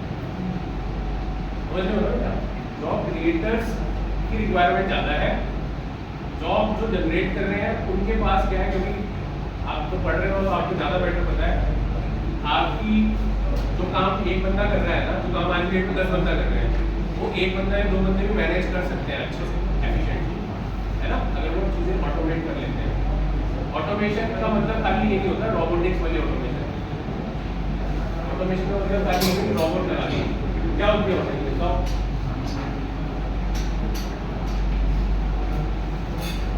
ऑटोमेशन अगर जैसे प्रोसेस वाइज तो ये हो सकता है कि आप एक टास्क है जिसको टीडीएसली करना पड़ता है, उसको आप एक जैसे पाइथन में बॉट बना दिया आपने, एक चैटबॉट बना दिया मैंने जो मेल भेजता रहेगा, तो अब मैं हर एक प्रोडक्ट को सबसे पहले तो भेजूंगा नहीं, वहाँ पे सिर्फ वो एक सीएसवी डाल दूंगा, वो आगे भेजता रहेगा, बस मुझे वहाँ पर सीएसवी से इंपोर्ट करनी है। करेक्ट। तो जैसे आपने एग्जांपल दिया, तो जैसे टेक महिंद्रा है, आपने टेक महिंद्रा का नाम सबने सुना होगा राइट। टेक महिंद्रा में एक प्रोसेस होता था, उसमें क्या होता था प्रोसेस में कि ईमेल लोग अपनी क्वेरीज डालते थे, वो ईमेल पे आता था, एक 15,000 का बंदा उन्होंने बिठा रखा होता था, वो ईमेल को पढ़ता था और समझता था उसकी क्या क्वेरी है और उस ईमेल पे रिप्लाई करता था, ठीक है। ऐसे 15,000 के उन्होंने मान लो 10,000 लोग बिठा रखे थे, तो 15,000 में 10,000 कितना हुआ, 15 करोड़। मान लो कि उन्होंने एक प्रोसेस में एक कंपनी से 15 करोड़ रुपए चार्ज कर रहे थे वो, ठीक है, 15,000 पर हेड के हिसाब से। अब क्या है इसमें काम क्या होता है, जॉब क्या है, एक ईमेल आ रहा है, उसमें सेट ऑफ क्वेरीज होती हैं, जो रिप्लाई भी करता है ना उसके बाद भी एक रिपोजिटरी होती है, इस क्वेरी का ये रिस्पॉन्स है, इस क्वेरी का ये रिस्पॉन्स है, राइट। तो वो क्या करता है, हमारे रिपोजिटरी से देखता है और एक ईमेल का रिप्लाई बनाता है और रिस्पॉन्स करता है। क्या ये काम ऑटोमेट हो सकता है? ऑटोमेट हो सकता है। तो ऐसे ही जो आप देखते हो ना, ये मैंने छोटा सा एग्जाम्पल दिया, तो 10,000 लोगों को निकाल लेते हैं ना एकदम से, वो ये वाली प्रोफाइल में निकालते हैं, ठीक है ना, इसकी जरूरत ही नहीं है ना आपको ये वाले काम की। आपको ये मार्केट स्टडी, मार्केट रिसर्च जो मैंने एक छोटा सा एग्जाम्पल दिया, ये आपको पता होनी जरूरी है। फंडिंग जो है ना बेटा, वो तो किसी को भी मिल जाती है, फंडिंग उसको भी मिल जाती है जिसको जिसने कुछ नहीं किया होता प्रैक्टिकली, ठीक है, और उसको भी नहीं मिलती जिसको सब कुछ आता हो, ठीक है। पैशन देखा जाता है, मार्केट की वो नीड है या नहीं है वो देखी जाती है, और आप कितने कैपेबल हो उसको डिलीवर करने के लिए, ठीक है। अब जैसे ये एंजल इन्वेस्टर्स हैं, VCs हैं, ये तो एक छोटा सा मैंने यहाँ पर मेंशन किया हुआ है आपकी अंडरस्टैंडिंग के लिए, बट आपको ना नंबर्स भी पता होने जरूरी है। एक फाउंडर को भले आप अपनी टेक्नोलॉजी वाली पढ़ाई कर रहे हो, जॉब भी करोगे, कल को जब स्टार्टअप करोगे ना खुद का, अगर आपने बनना है CTO, कई लोगों का होता है कि भाई मुझे CTO बनना है, मुझे CTO बनना ही नहीं है, नंबर वाला बंदा लेके आऊँगा अपने साथ, कोई प्रॉब्लम नहीं है, बट थोड़े से नंबर्स आपको भी पता होने चाहिए। किसी को CMO बनना है, उसको भी नंबर पता होने जरूरी है। एक बहुत फेमस CMO है दिल्ली का, चार्टर्ड अकाउंटेंट है, क्या नाम है? अमन गुप्ता। हाँ, ठीक है, नंबर नहीं पता क्या अमन गुप्ता को? पता है ना, तो उसका कोई बेवकूफ़ को नहीं बना सकता ना, नंबर्स पता होने बहुत जरूरी है। चाहे आप CTO है, CMO है, COO है, आपको पता है ये टर्म्स क्या है वैसे जो मैं बोल रहा हूँ? Yes sir. COO क्या होता है? Chief operating officer. अच्छा, और CMO? Chief marketing officer. CPO क्या होता है? CPO? Chief product officer, product का प्रोडक्शन। आदमी लोग लिखते हैं चीफ पीपल ऑफिसर, प्रोडक्ट का है प्रोडक्शन। ना। और एक CHO भी एक टर्म है, CHO, chief happiness officer. Chief human resources. मैं कह रहा हूँ चीफ हैप्पीनेस ऑफिसर, ये टर्म, ठीक है। अच्छा चलो, आपको वैल्यूएशन? Yes, sir. क्या होती है वैल्यूएशन? कंपनी का गोल कितने पूरी कंपनी की कितनी बात कॉस्ट तो ये पैसा जो देगा एंजल इन्वेस्टर या एक्सेलरेटर या इंक्यूबेटर, ये किस बेस पे देगा पैसा? वैल्यूएशन कंपनी का वैल्यूएशन कैसे होता है? कंपनी का वैल्यूएशन कैसे होता है? आपने बहुत सारे आंसर दिए, ये देंगे, ये बालक देंगे जो बैठे हैं पीछे। बताओ भैया, आप बताओ कंपनी का वैल्यूएशन कैसे होता है? वो तो सो गया मुझे लग रहा है भाई, उसको उठाओ। सो तो नहीं गया भाई। वैल्यूएशन कैसे होती है? जितना उसके एसेट्स है, जितना उसका डेट है, मतलब इक्वल सब चीज देख के करते हैं उसका वैल्यूएशन जो है कंपनी का। क्योंकि नेक्स्ट उसके एसेट्स क्या है, उसके डेट्स क्या है। बहुत अच्छी बात है, आपने हमको ठीक बताया। देखो 3 अप्रोच होती है वैल्यूएशन करने की, ये भी आप लिख सकते हो, आपको बहुत काम आएगी आगे चल के लाइफ में। क्या 3 अप्रोच क्या होती है? एक तो यही होती है जो इन्होंने बताई, इसको बोलते हैं एसेट बेस्ड अप्रोच। क्या बोलते हैं? जिसमें मेरा है कंपनी का क्या एसेट है, क्या लायबिलिटी है, बेसिकली क्या नेटवर्क है ना? आपने 11th-12th में पढ़ा होगा, नेटवर्क निकाली होगी, राइट? अकाउंट में पढ़ा होगा, फाइनेंशियल अकाउंट। फाइनेंशियल अच्छा, दूसरा मेथड होता है इनकम अप्रोच। इनकम अप्रोच में क्या है? रेवेन्यू देखने। जैसे मैं अभी आपको एग्जांपल दे रहा था ना, वो एक्सेलरेटर पूरी इनकम अप्रोच पे पैसा लगाएगा, क्योंकि एक एडटेक स्टार्टअप में, एजुकेशन वाले स्टार्टअप में असेट्स तो ज़्यादा होते नहीं है, तो असेट के बेस पे तो वैल्यूएशन हो नहीं सकती, इनकम के बेसिस पे वैल्यूएशन। ठीक है, तीसरी अप्रोच एक और होती है,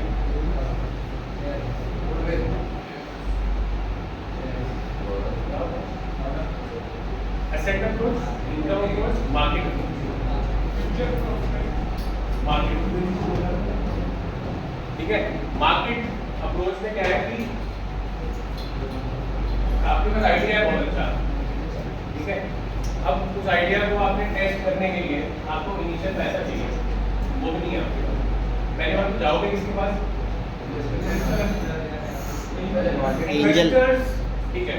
देखो ये ना, मैं मेरा टॉपिक ये है तो मैं आपको ये बता रहा हूँ, बट प्रैक्टिकली क्या पता है, आप अपनी ना फैमिली के पास जाओगे, पापा के पास जाओगे सबसे पहले, ठीक है, पापा के पास जाओगे, दोस्तों के पास जाओगे, तो उसको ना फ्रेंड्स एंड फूल्स राउंड बोलते हैं ना। फूल्स फ्लावर वाला फूल को जो बस आप पे बे इम्तिहान वो करते हैं कि बस ये जो कर रहा है अच्छा करता हो, पैसा लगा है ना। उसके बाद आप सीड राउंड में जाते हो, सीड फंडिंग, जैसे मैं गवर्नमेंट का एग्जाम्पल दे रहा हूँ, है ना। उसके बाद हो सकता है कि आप एंजल राउंड में जाओ, तो एंजल इन्वेस्टर आया। उसके बाद हो सकता है कि आप बीसी के पास जाओ, ठीक है। तो friends and fools, seed round, angel investor, VC. अब आपने सुना होगा series A B C D, ऐसी फंडिंग की सीरीज। तो जो सीरीज है ना, वो सारी सीड राउंड के बाद होती है, ठीक है। सीड राउंड में तो आपके पास एक आइडिया है, आपने उसका प्रोटोटाइप बनाया। प्रोटोटाइप समझते हो क्या होता है? ठीक है, मैं उसी पे आ रहा हूँ। प्रूफ ऑफ कॉन्सेप्ट क्या होता है? प्रूफ ऑफ कॉन्सेप्ट में क्या करना होता है? एक्चुअली ना ये पीपीटी है, मुझे दिख नहीं रही है, क्या प्रॉब्लम है? सो PDF फॉर्म में थी। बस ठीक है, चल जाएगा। दिख रहा है आपको? नहीं,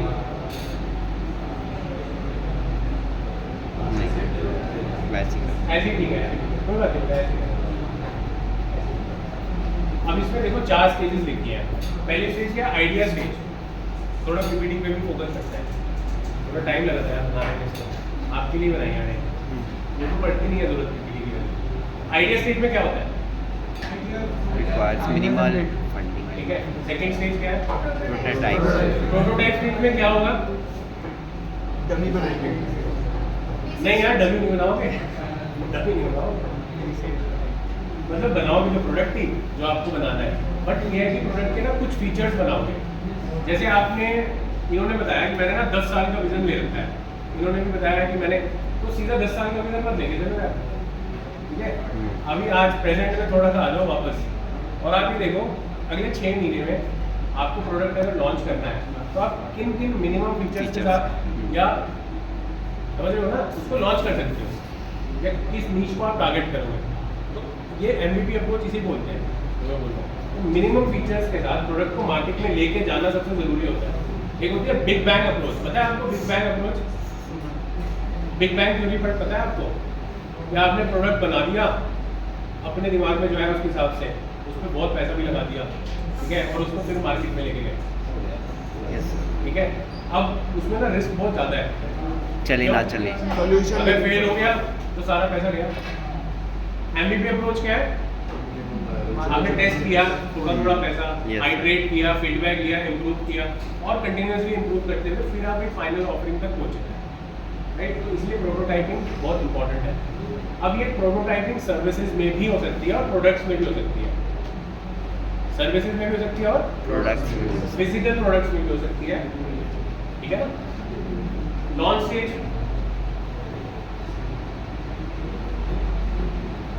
लॉन्च स्टेज क्या होती है? लॉन्च फंडिंग सिक्योर करना, एंजल एंड देखो प्रोटोटाइप के लिए देखो ये 4 स्टेज है ना बेटा, फंडिंग चारों स्टेज पे मिल सकती है। मैंने आपको एक चीज़ बोली थी, एक वर्ड होगा कन्विक्शन। आपकी कन्विक्शन बहुत ही कम है, आप खुद ही कॉन्फिडेंट नहीं हो अपने ऊपर, तो क्या ग्रोथ स्टेज में भी फंडिंग निकालोगे? उसमें भी नहीं मिलेगी। और आपकी कन्विक्शन बहुत है अपने प्रोडक्ट पे, आपको लगता है कि हाँ ये मैं कर रहा हूँ ना, तो इसकी मार्केट भी है और ये मैं बहुत अच्छे से कर सकता हूँ और मेरे को मार्केट से बहुत अच्छा इसमें रिस्पॉन्स मिलेगा, तो आप आइडिया स्टेज पे भी फंडिंग उठा सकते हो। मैंने यही बोला था ना आपको, कन्विक्शन पावर कितनी है, क्योंकि आप जितने ज़्यादा पॉजिटिव हो गए, ठीक है, उतना ही इन्वेस्टर अच्छा रिस्पॉन्स करेगा। जितना आप नेगेटिव हो गए, आप खुद ही शोल्डर आपके गिरे हुए हैं, तो वो क्या आपको फंड देगा? नहीं देगा ना। आपने खुद की रिसर्च नहीं करी होगी, आपको मार्केट स्टडी नहीं करी होगी, सिर्फ फंडिंग का लालच होगा कि पैसा मिल जाए। फंडिंग मिल जाएगी? नहीं मिलेगी। कभी भी नहीं मिलेगी।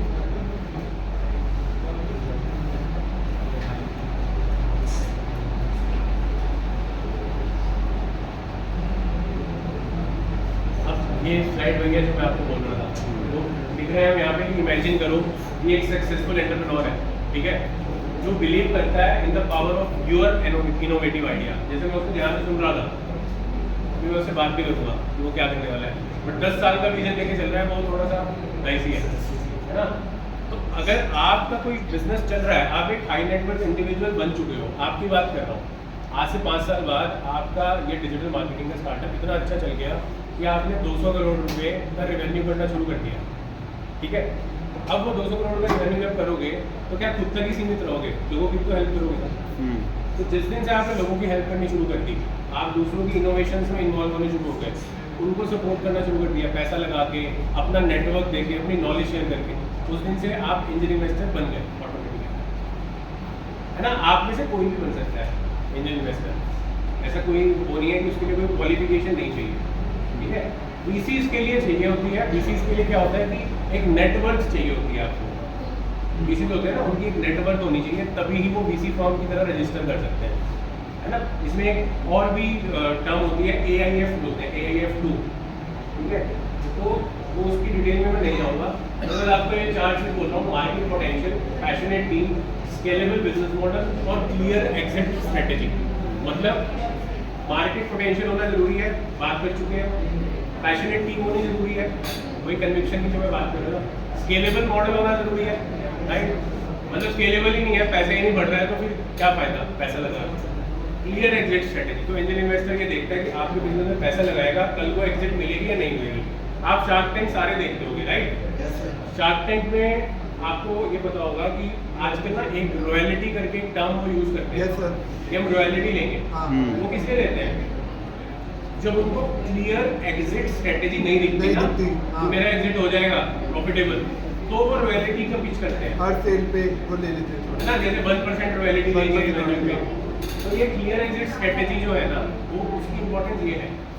अगर क्लियर एग्जिट स्ट्रेटेजी दिखती है तो कोई प्रॉब्लम नहीं है, तो रॉयल्टी नहीं बोलेंगे, वो इन्वेस्टमेंट करेंगे नॉर्मल।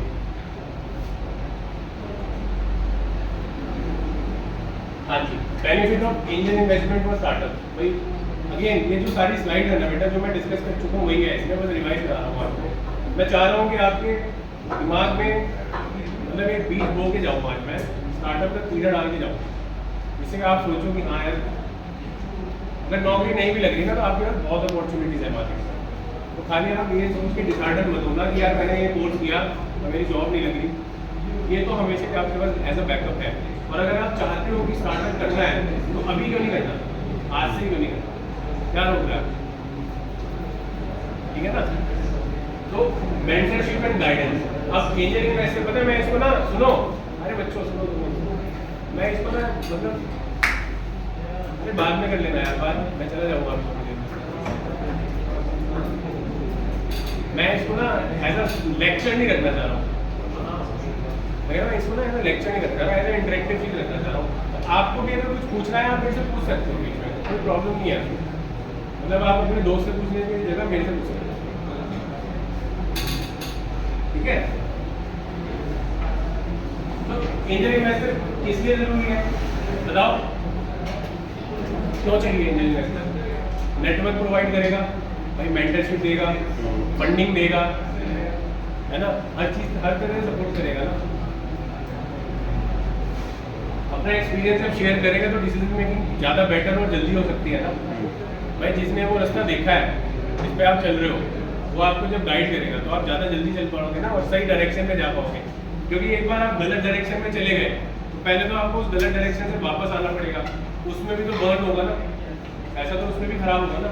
बेटर क्या है कि आप राइट डायरेक्शन में स्टार्टिंग से चलें. तो इसलिए मेंटर्स की इंपॉर्टेंस ये होती है लाइफ में, आपके टीचर्स की इंपॉर्टेंस भी यही है जिससे पढ़ते हो आप. हाँ जी, अब VC पे आप आ रहे हैं. VC की अभी आपने बताई थी, VC क्या होते हैं? Venture capital. क्या क्या करते हैं VC? तो जिनकी जो फॉर्म होती है पर वो स्टार्टअप में इन्वेस्ट करते हैं, इंडिविजुअल नहीं होता, पूरा ग्रुप होता है. सेम चीज़ है, बिल्कुल ठीक आपने बताया.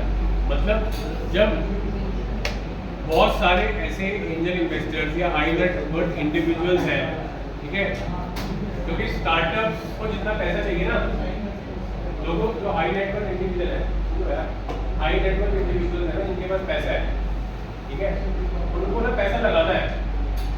5 मिनट और दूंगा बस मैं, उनको पैसा लगाना है, उनको स्टार्टअप नहीं मिल रहे और स्टार्टअप को एंजल इन्वेस्टर नहीं मिल रहे. तो VC ये काम करते हैं कि एंजल इन्वेस्टर्स का जो पूल है ना, हाई नेट वर्थ इंडिविजुअल का पूल, उनको बोलते हैं कि हमारे पास ना ये पोर्टफोलियो है, इसमें हम पैसा लगाते हैं ऐसे स्टार्टअप में, आप हमारे यहाँ चिकन कर लो पैसा, ठीक है, हमारे यहाँ चिकन कर लो स्टार्टअप. जैसे आप म्यूचुअल फंड का कंसेप्ट पता होगा आपको, जैसे वो शेयर को यस सर. इंडेक्स फंड्स है या बॉन्ड्स है, उनको मर्ज करके म्यूचुअल फंड बना लेते हैं, ठीक है ना. ऐसे ही वेंचर कैपिटलिस्ट क्या है, एंजल इन्वेस्टर्स का पूल बन जाता है पैसों का, और उसको वो इन्वेस्ट करते हैं. एंजल इन्वेस्टर को जो भी रिटर्न मिलती है वो VC के हेल्प से मिलती है, ठीक है ना. तो angel it is nothing but a group of individuals who have form a structure, और वो जो स्ट्रक्चर है उसके थ्रू वो प्रॉमिसिंग वेंचर्स में पैसा लगाते हैं और उनके थ्रू वो अर्न करते हैं, राइट. इसकी मैं बात कर चुका हूँ, series A, series B, series C funding की. मतलब सीड फंडिंग आपको पता है कब होती है सीड फंडिंग? फटाफट बता दो यार, फिर मैं खत्म करता हूँ. सीड फंडिंग कब होती है? इनिशियल स्टेज में, इनिशियल स्टेज. ठीक है. और ये जो फ्रेंड्स एंड फूल्स वाला था, ये सीड फंडिंग से पहले होता है बाद में होता है? पहले होता है. पहले होता है ना. और ये जो सीरीज वाली फंडिंग होती है, सीरीज ABCD, सीड के बाद, सीड के बाद, सीड के बाद, राइट. अब इसमें कोई सीरीज ABCD फंडिंग लेता क्यों होगा? बार बार फंडिंग क्यों जरूरत क्यों पड़ती है? एक्सपेंशन, एक्सपेंशन के लिए, इनोवेशन. जब बन जाता हूँ. आपने एक टर्म सुनी होगी रनवे. रनवे सुना है किसी ने? रनवे, स्टार्टअप का रनवे. स्टार्टअप पर रनवे क्या होता है कि आपके जो फंड है ना, जो आप बर्न कर रहे हो, कब तक टिकेंगे, वो कब तक आप यूज कर सकते हो. एक रनवे जो स्टार्टअप का है ना, 18 से 24 महीने का होना चाहिए, ठीक है. अगर आपका मंथली खर्चा 4 लाख रुपए है, ठीक है, तो उस केस में 96 लाख रुपए होना चाहिए आपके पास. 72 लाख से 96 लाख रुपए आपके पास होना चाहिए, क्योंकि आपका बर्न रेट क्या है? 4 लाख पर मंथ, राइट. अब VC का इन्वेस्टमेंट क्राइटेरिया जो होता है ना, वो थोड़ा एंजल इन्वेस्टर से डिफरेंट होता है, और उसका जो प्रोसेस होता है ना, वो एंजल इन्वेस्टर से थोड़ा लंबा होता है. हमने बात तो कर ली फंडिंग की, ठीक है. मेन चीज़ ये है कि फंडिंग मिलती किसको है? जो थोड़ा जिद्दी होता है, जो बार बार मेल करता है VCs को, 50 मेल करता है, 100 मेल करता है, 200 मेल करता है, ठीक है, 100 मीटिंग्स करता है. फंडिंग ऐसे नहीं मिल जाती, बहुत मेहनत करनी पड़ती है, ठीक है. मैंने तुम्हें हैक्स जरूर बताए. क्या हैक बताया था? लिंक्डइन वाला हैक क्या था? हायरिंग. रिक्रूटर बन जाओ, और क्रंच बेस और लेट्स वेंचर वाला क्या बताया था? उसमें भी रिक्रूटर बन जाओ. लिंक्डइन में भी हायरिंग दिखाओ तो आपकी कंपनी बड़ी दिखेगी, ये तो हायरिंग ही करने जा रही है, फॉलोअर भी बढ़ते जाएंगे, राइट। वीसी को ये सब चीज़ें देख के अच्छा लगेगा, ठीक है, कि ये बंदा तो एक ही था और मैं ब्रांडिंग इसने ऐसे कर रखी है कि तो बहुत बड़ी कंपनी है, तो हो सकता है वो चीज़ से इंप्रेस होकर पैसा लगाते हैं, मतलब ये एक हैक है पैसा उठाने का, ठीक है। बाकी नेटवर्क और वो सब जो है वीसी का डेफिनेटली एंजल इन्वेस्टर से बहुत बड़ा होता है, ठीक है, क्योंकि वीसी जो है वो ग्लोबल लेवल पे काम करते हैं, है ना। वीसी फंड जो है ग्लोबल लेवल पे काम करते हैं और उनका जो इन्वेस्टमेंट भी होता है ना वो बड़ा इन्वेस्टमेंट होता है। जैसे एंजल इन्वेस्टर 10, 20, 50 लाख रुपए लगाता है, एंजल वीसी कितना लगाता है? मैं कह रहा हूँ 5 करोड़ 10 करोड़ से तो टिकट साइज शुरू होता है, ठीक है ना, तो ये फर्क है। नॉर्मली दे देते हैं आजकल। अच्छा चलो लास्ट चीज़ है, ये लास्ट चीज़ है बेटा, उसके बाद फाइंड आउट करते हैं। तो आप जब फंडिंग के लिए जाते हो तो सबसे इम्पोर्टेंट चीज़ क्या है, क्या होना चाहिए आपके पास? क्या होना चाहिए फंडिंग के लिए जाते हो?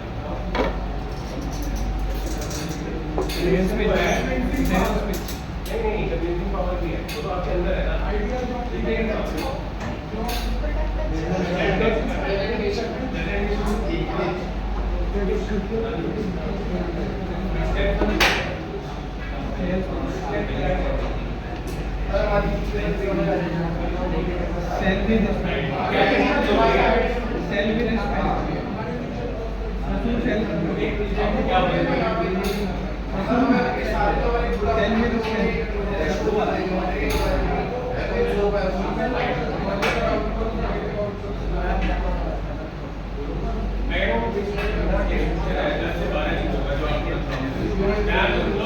देखो बिजनेस का मतलब खाली एक स्टार्टअप फंडिंग के लिए चाहिए आपको, एक बिजनेस का मतलब ये है कि फंडिंग के लिए चाहिए, बिजनेस मतलब ये भी है आप अपना रिज्यूम जो बनाते हो ना वो क्या आपका एक बिजनेस है, तो नौकरी के लिए जाओगे ना कभी तो आपका रिज्यूम जो है आपका उसमें क्या है, बिजनेस ये वो लिखता है, तो क्या बता रहे हो आप उसमें आप अपने आप को बेच रहे हो, करेक्ट ना, अपने आप को बेच रहे हो, क्या बताओगे आप इसमें बताओगे, देखो अरे सुन लो यार, तो मैं जाऊंगा इसके बाद तुम्हारे सारे नहीं सही है, मैं शांत हो जाता हूँ, आप लोग बात कर लो, आप बता दो मेरे को क्या स्किल्स वर्सेस फीचर्स। स्किल्स आपको कब दिखानी होती है, जब आप एज एन इंडिविजुअल अपने आप को सेल कर रहे हो, फीचर्स या आउटकम्स आपको कब दिखाने होते हैं, जब आप अपने स्टार्टअप आइडिया, ये दोनों चीज़ें इंपॉर्टेंट है। स्किल्स आपके रिज्यूमे में लिखनी चाहिए, ऐसे ही आपके प्रोडक्ट के फीचर्स, आपकी टारगेट मार्केट, आप क्या प्रॉब्लम सॉल्व कर रहे हो, क्या सॉल्यूशन है, ये किस में लिखना चाहिए, बिजनेस में लिखना चाहिए। तो ऐसे जा रहा है यार, मैं मजाक कर रहा हूँ, लोग चल रहे हैं, ये की एलिमेंट्स हैं बिजनेस के, ठीक है। आप में से कोई अगर देख पा रहा है, किसी को दिख रही है ये स्लाइड, तो आप देख सकते हो एक बार प्रॉब्लम और सॉल्यूशन, क्या प्रॉब्लम है, ठीक है, उसका आपका क्या सॉल्यूशन है, ठीक है, और वो कैसे आपका सॉल्यूशन यूनिक है, ठीक है। टारगेट मार्केटिंग क्या है आपकी, टारगेट जो मार्केट है इसमें ना 3 चीज होती है टारगेट मार्केट में, आपने टर्म सुनिए टैम, क्या होती है time, time TAM, total addressable market, total addressable market, ठीक है। जैसे मैं अपने उस ChatGPT AI वाले कोर्स की बात करूँ तो उसकी एड्रेसेबल मार्केट बहुत वाइड थी, इसलिए तो इतना रेवेन्यू आ गया, वरना कोई मैं कोई AI एक्सपर्ट थोड़ी था, ठीक है ना।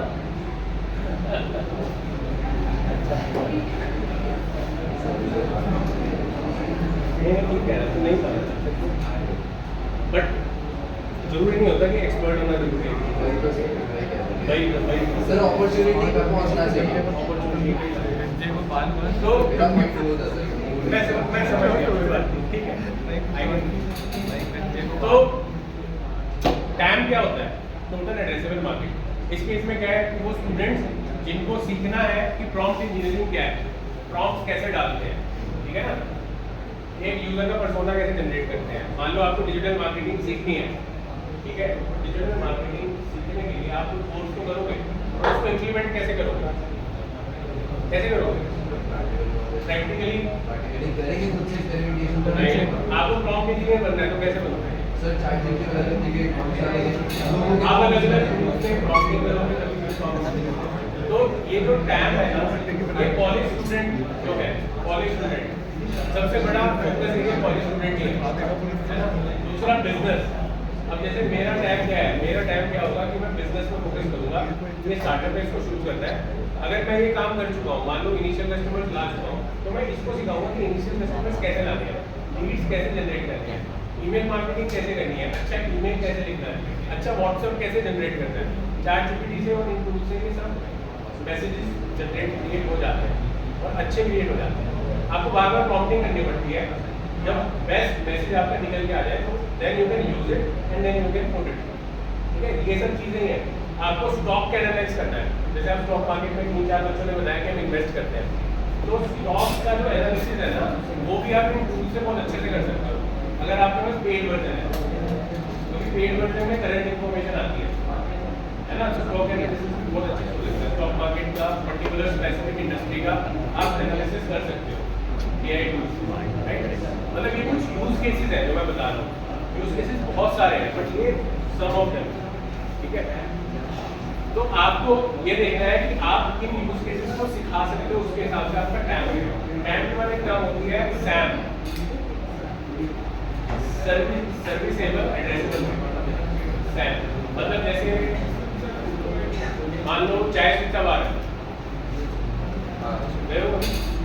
ठीक है, तो अब टैम में देखूंगा तो यार टैम में तो वो चाय का ठेले वाला भी आ जाएगा जो टपरी पे चाय बेचता है, राइट। बट सैम में जब मैं आऊँगा तो मैं देखूंगा कि मैं अगर कॉर्पोरेट एम्प्लॉइज को चाय बेच रहा हूँ, ठीक है, तो मेरे सर्विसेज एड्रेसेबल मार्केट क्या होता है, कॉर्पोरेट एम्प्लॉइज, करेक्ट।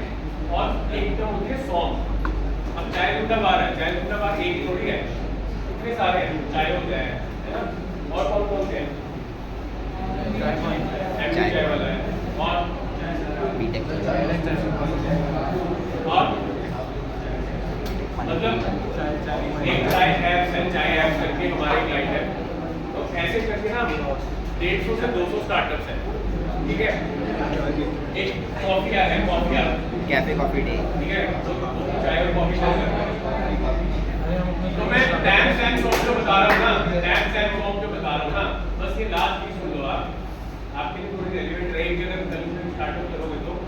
टैम का मतलब है टोटल एड्रेसेबल मार्केट, जैसे मैंने बताया, मतलब जो चाय पी रहे हैं, ठीक है, 140 करोड़ में से मान लो 30 करोड़ लोग चाय पीते हैं, 40 करोड़ लोग चाय पीते हैं, ठीक है, वो तो टैम हो गया। सैम हो गया कि उसमें मेरी जैसे मैं चाय सुट्टा बार की बात कर रहा हूँ, तो मेरी जो फोकस एरिया है ना, उसमें एम्प्लॉइज़ को मैं फोकस कर रहा हूँ, कॉर्पोरेट एम्प्लॉइज़ को। तो 40 करोड़ में से मान लो 5 करोड़ या 6 करोड़ एम्प्लॉइज़ हैं जो मेरा टारगेट होंगे। और 100 होगा कि जो उनमें से जिनको मैं सर्व कर सकता हूँ, क्योंकि सारों को तो मैं सर्व नहीं करूँगा ना, टोटल एड्रेसेबल मार्केट को भी मैं सर्व नहीं करूँगा, सर्विसेबल मार्केट को भी मैं एड्रेस करूँगा, मैं तो स्पेसिफिक मार्केट को करूँगा। तो मान लो मैं टीयर 1 में मेट्रो सिटी को और टीयर 2 में टारगेट करूँगा, तो 4 करोड़ में से 50% मान लो मेरा 2 करोड़ हो गया। तो जो आपको फंडिंग मिलती है ना, वो टैम पे नहीं मिलती है, वो SOM पे मिलती है, ठीक है, कि आप इसको सर्विस करो, आप इसको सर्व करो। तो टैम सैम सॉन्ग में ये फर्क है। कोई बताएगा टैम सैम सॉन्ग में क्या फर्क है? टोटल एड्रेसेबल मार्केट कितनी है, 40 करोड़। हाँ जी, हाँ आप सुनो भाई, उसको सुनो आप। जो टैब होता है वो टोटल एड्रेसेबल मार्केट है, यानी कि ओवरऑल कितनी है। एंड जो सैम होता है वो सर्विसेबल एड्रेसेबल मार्केट है। उसमें आपका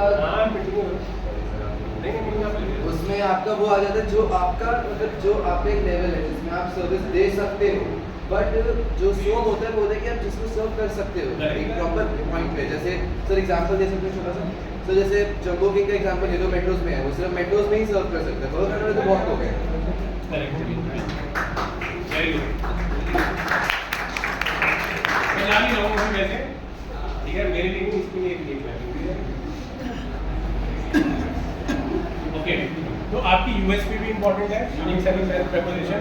जैसे कि अभी जम्बो का इसका एग्जांपल ले रहे हैं, मेट्रो वाले उसका चेन का, तो उसकी यूएसपी क्या है? तो उसने मेट्रो में बोला हुआ है, ठीक है ना। तो उसकी यूएसपी ये है कि वो सारी चीज़ सेल कर रहा है, तो 50 से 100 रुपये के बीच का टिकट साइज के प्रोडक्ट दे रहा है, ठीक है, और उसको सब लोग अफोर्ड भी कर सकते हैं, क्योंकि वो अफोर्डेबल होगा, तभी मेट्रो पे उसकी कंजम्पशन ज़्यादा होगी, right. Competitive landscape, business model, team expertise, fund utilisation, financial projection, बहुत ज़्यादा टेक्निकल है। मैं पूरी चीज़ आपको एक साथ तो नहीं बता सकता, बस एक ब्रीफ में बता देता हूँ। मेन चीज़ ये है पैसा। जब आप बिजनेस बताओगे तो आपको ये बताना ज़रूरी है कि आप जिस मार्केट को सर्व कर रहे हो उसको कैप्चर करने में आपको कितना खर्चा होने वाला है ना। एक एस्टिमेशन दोगे आप, उस एस्टिमेशन बेसिस पे आपको ये बताना है कि आप कितना खर्चा करके, जिसको आपका फंड यूटिलाइजेशन प्लान बोलते हैं, ठीक है ना। तो 50 लाख रुपए मेरे को फंडिंग चाहिए, क्योंकि आप फंडिंग देने जाओगे तो ये बताओगे ना तो कितना फंडिंग चाहिए। अगर ये नहीं बताओगे तो पैसे कैसे मिलेगा? आपको बताना है कि मेरा मार्केटिंग में इतना जाएगा, सेल्स में इतना जाएगा, सॉफ्टवेयर डेवलपमेंट में इतना जाएगा, रेंट में इतना जाएगा, हर चीज़ का खर्चा बताना है, एम्प्लॉय कॉस्ट का बताना है, सब कुछ बताना है, ठीक है। तो वो फंड यूटिलाइजेशन प्लान बन जाएगा, जो कि 18 से 24 मंथ का ही होता है फंड यूटिलाइजेशन प्लान, ठीक है। उसके बाद नेक्स्ट प्रोजेक्शन होती है। प्रोजेक्शन समझते हो आप? फाइनेंशियल प्रोजेक्शन क्या होती है? कोई एक बताओ, जोर से बोल दो, थोड़ा सा बोल दो जोर से, फटाफट से। आपका टारगेट होता है कि इस ईयर का आपका टर्नओवर Correct. 4 करोड़ का, अगले ईयर आप 8 करोड़ का। करेक्ट। प्रोजेक्शंस इज नथिंग, उनको ठीक बताया मैंने। आप जो भी प्रोजेक्ट करते हो कि नेक्स्ट इस साल आप इतना सेल करने वाले हो, नेक्स्ट ईयर इतना करने वाले हो, तो स्टार्टअप के केस में जो प्रोजेक्शंस होती हैं ना, वो प्रोजेक्शंस क्या होती हैं कि बहुत ही ज़्यादा क्या बोल सकते हैं इसको, एजम्पशन बेस्ड होती है, ठीक है ना। एजम्पशंस आप लेके चलते हो, क्योंकि स्टार्टअप में हिस्ट्री तो होती नहीं है, हिस्ट्री नहीं है ना, फंडिंग की कोई हिस्ट्री है नहीं, आपके पास पैसा तो आ गया, बैलेंस शीट क्लियर है नहीं, एक्सटर्नल बिजनेस होगा, बैलेंस शीट क्लियर होगा उसका, इसको जबरदस्ती बिठाया वो दोनों में देंगे। अभी आप लोग प्रेशर है फाइनेंस में साथ में लेकिन मेरा इंटरेस्ट मेरा मैं देख रहा हूँ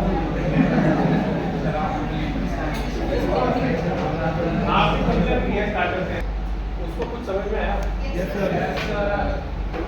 अच्छा अब बता सकते हो अभी वो 2 लोग हैं, इनको स्टार्टअप करना है या कुछ बड़े?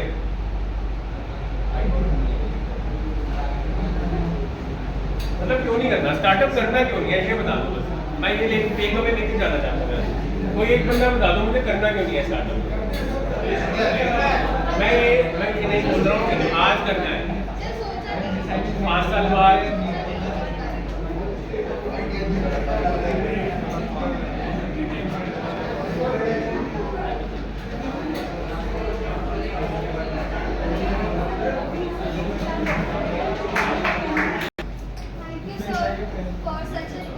for your valuable insights and for sharing experience with us.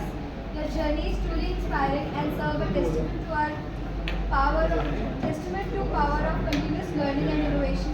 Finally, thank you to the audience for being such a great listeners. Thanks for your patience.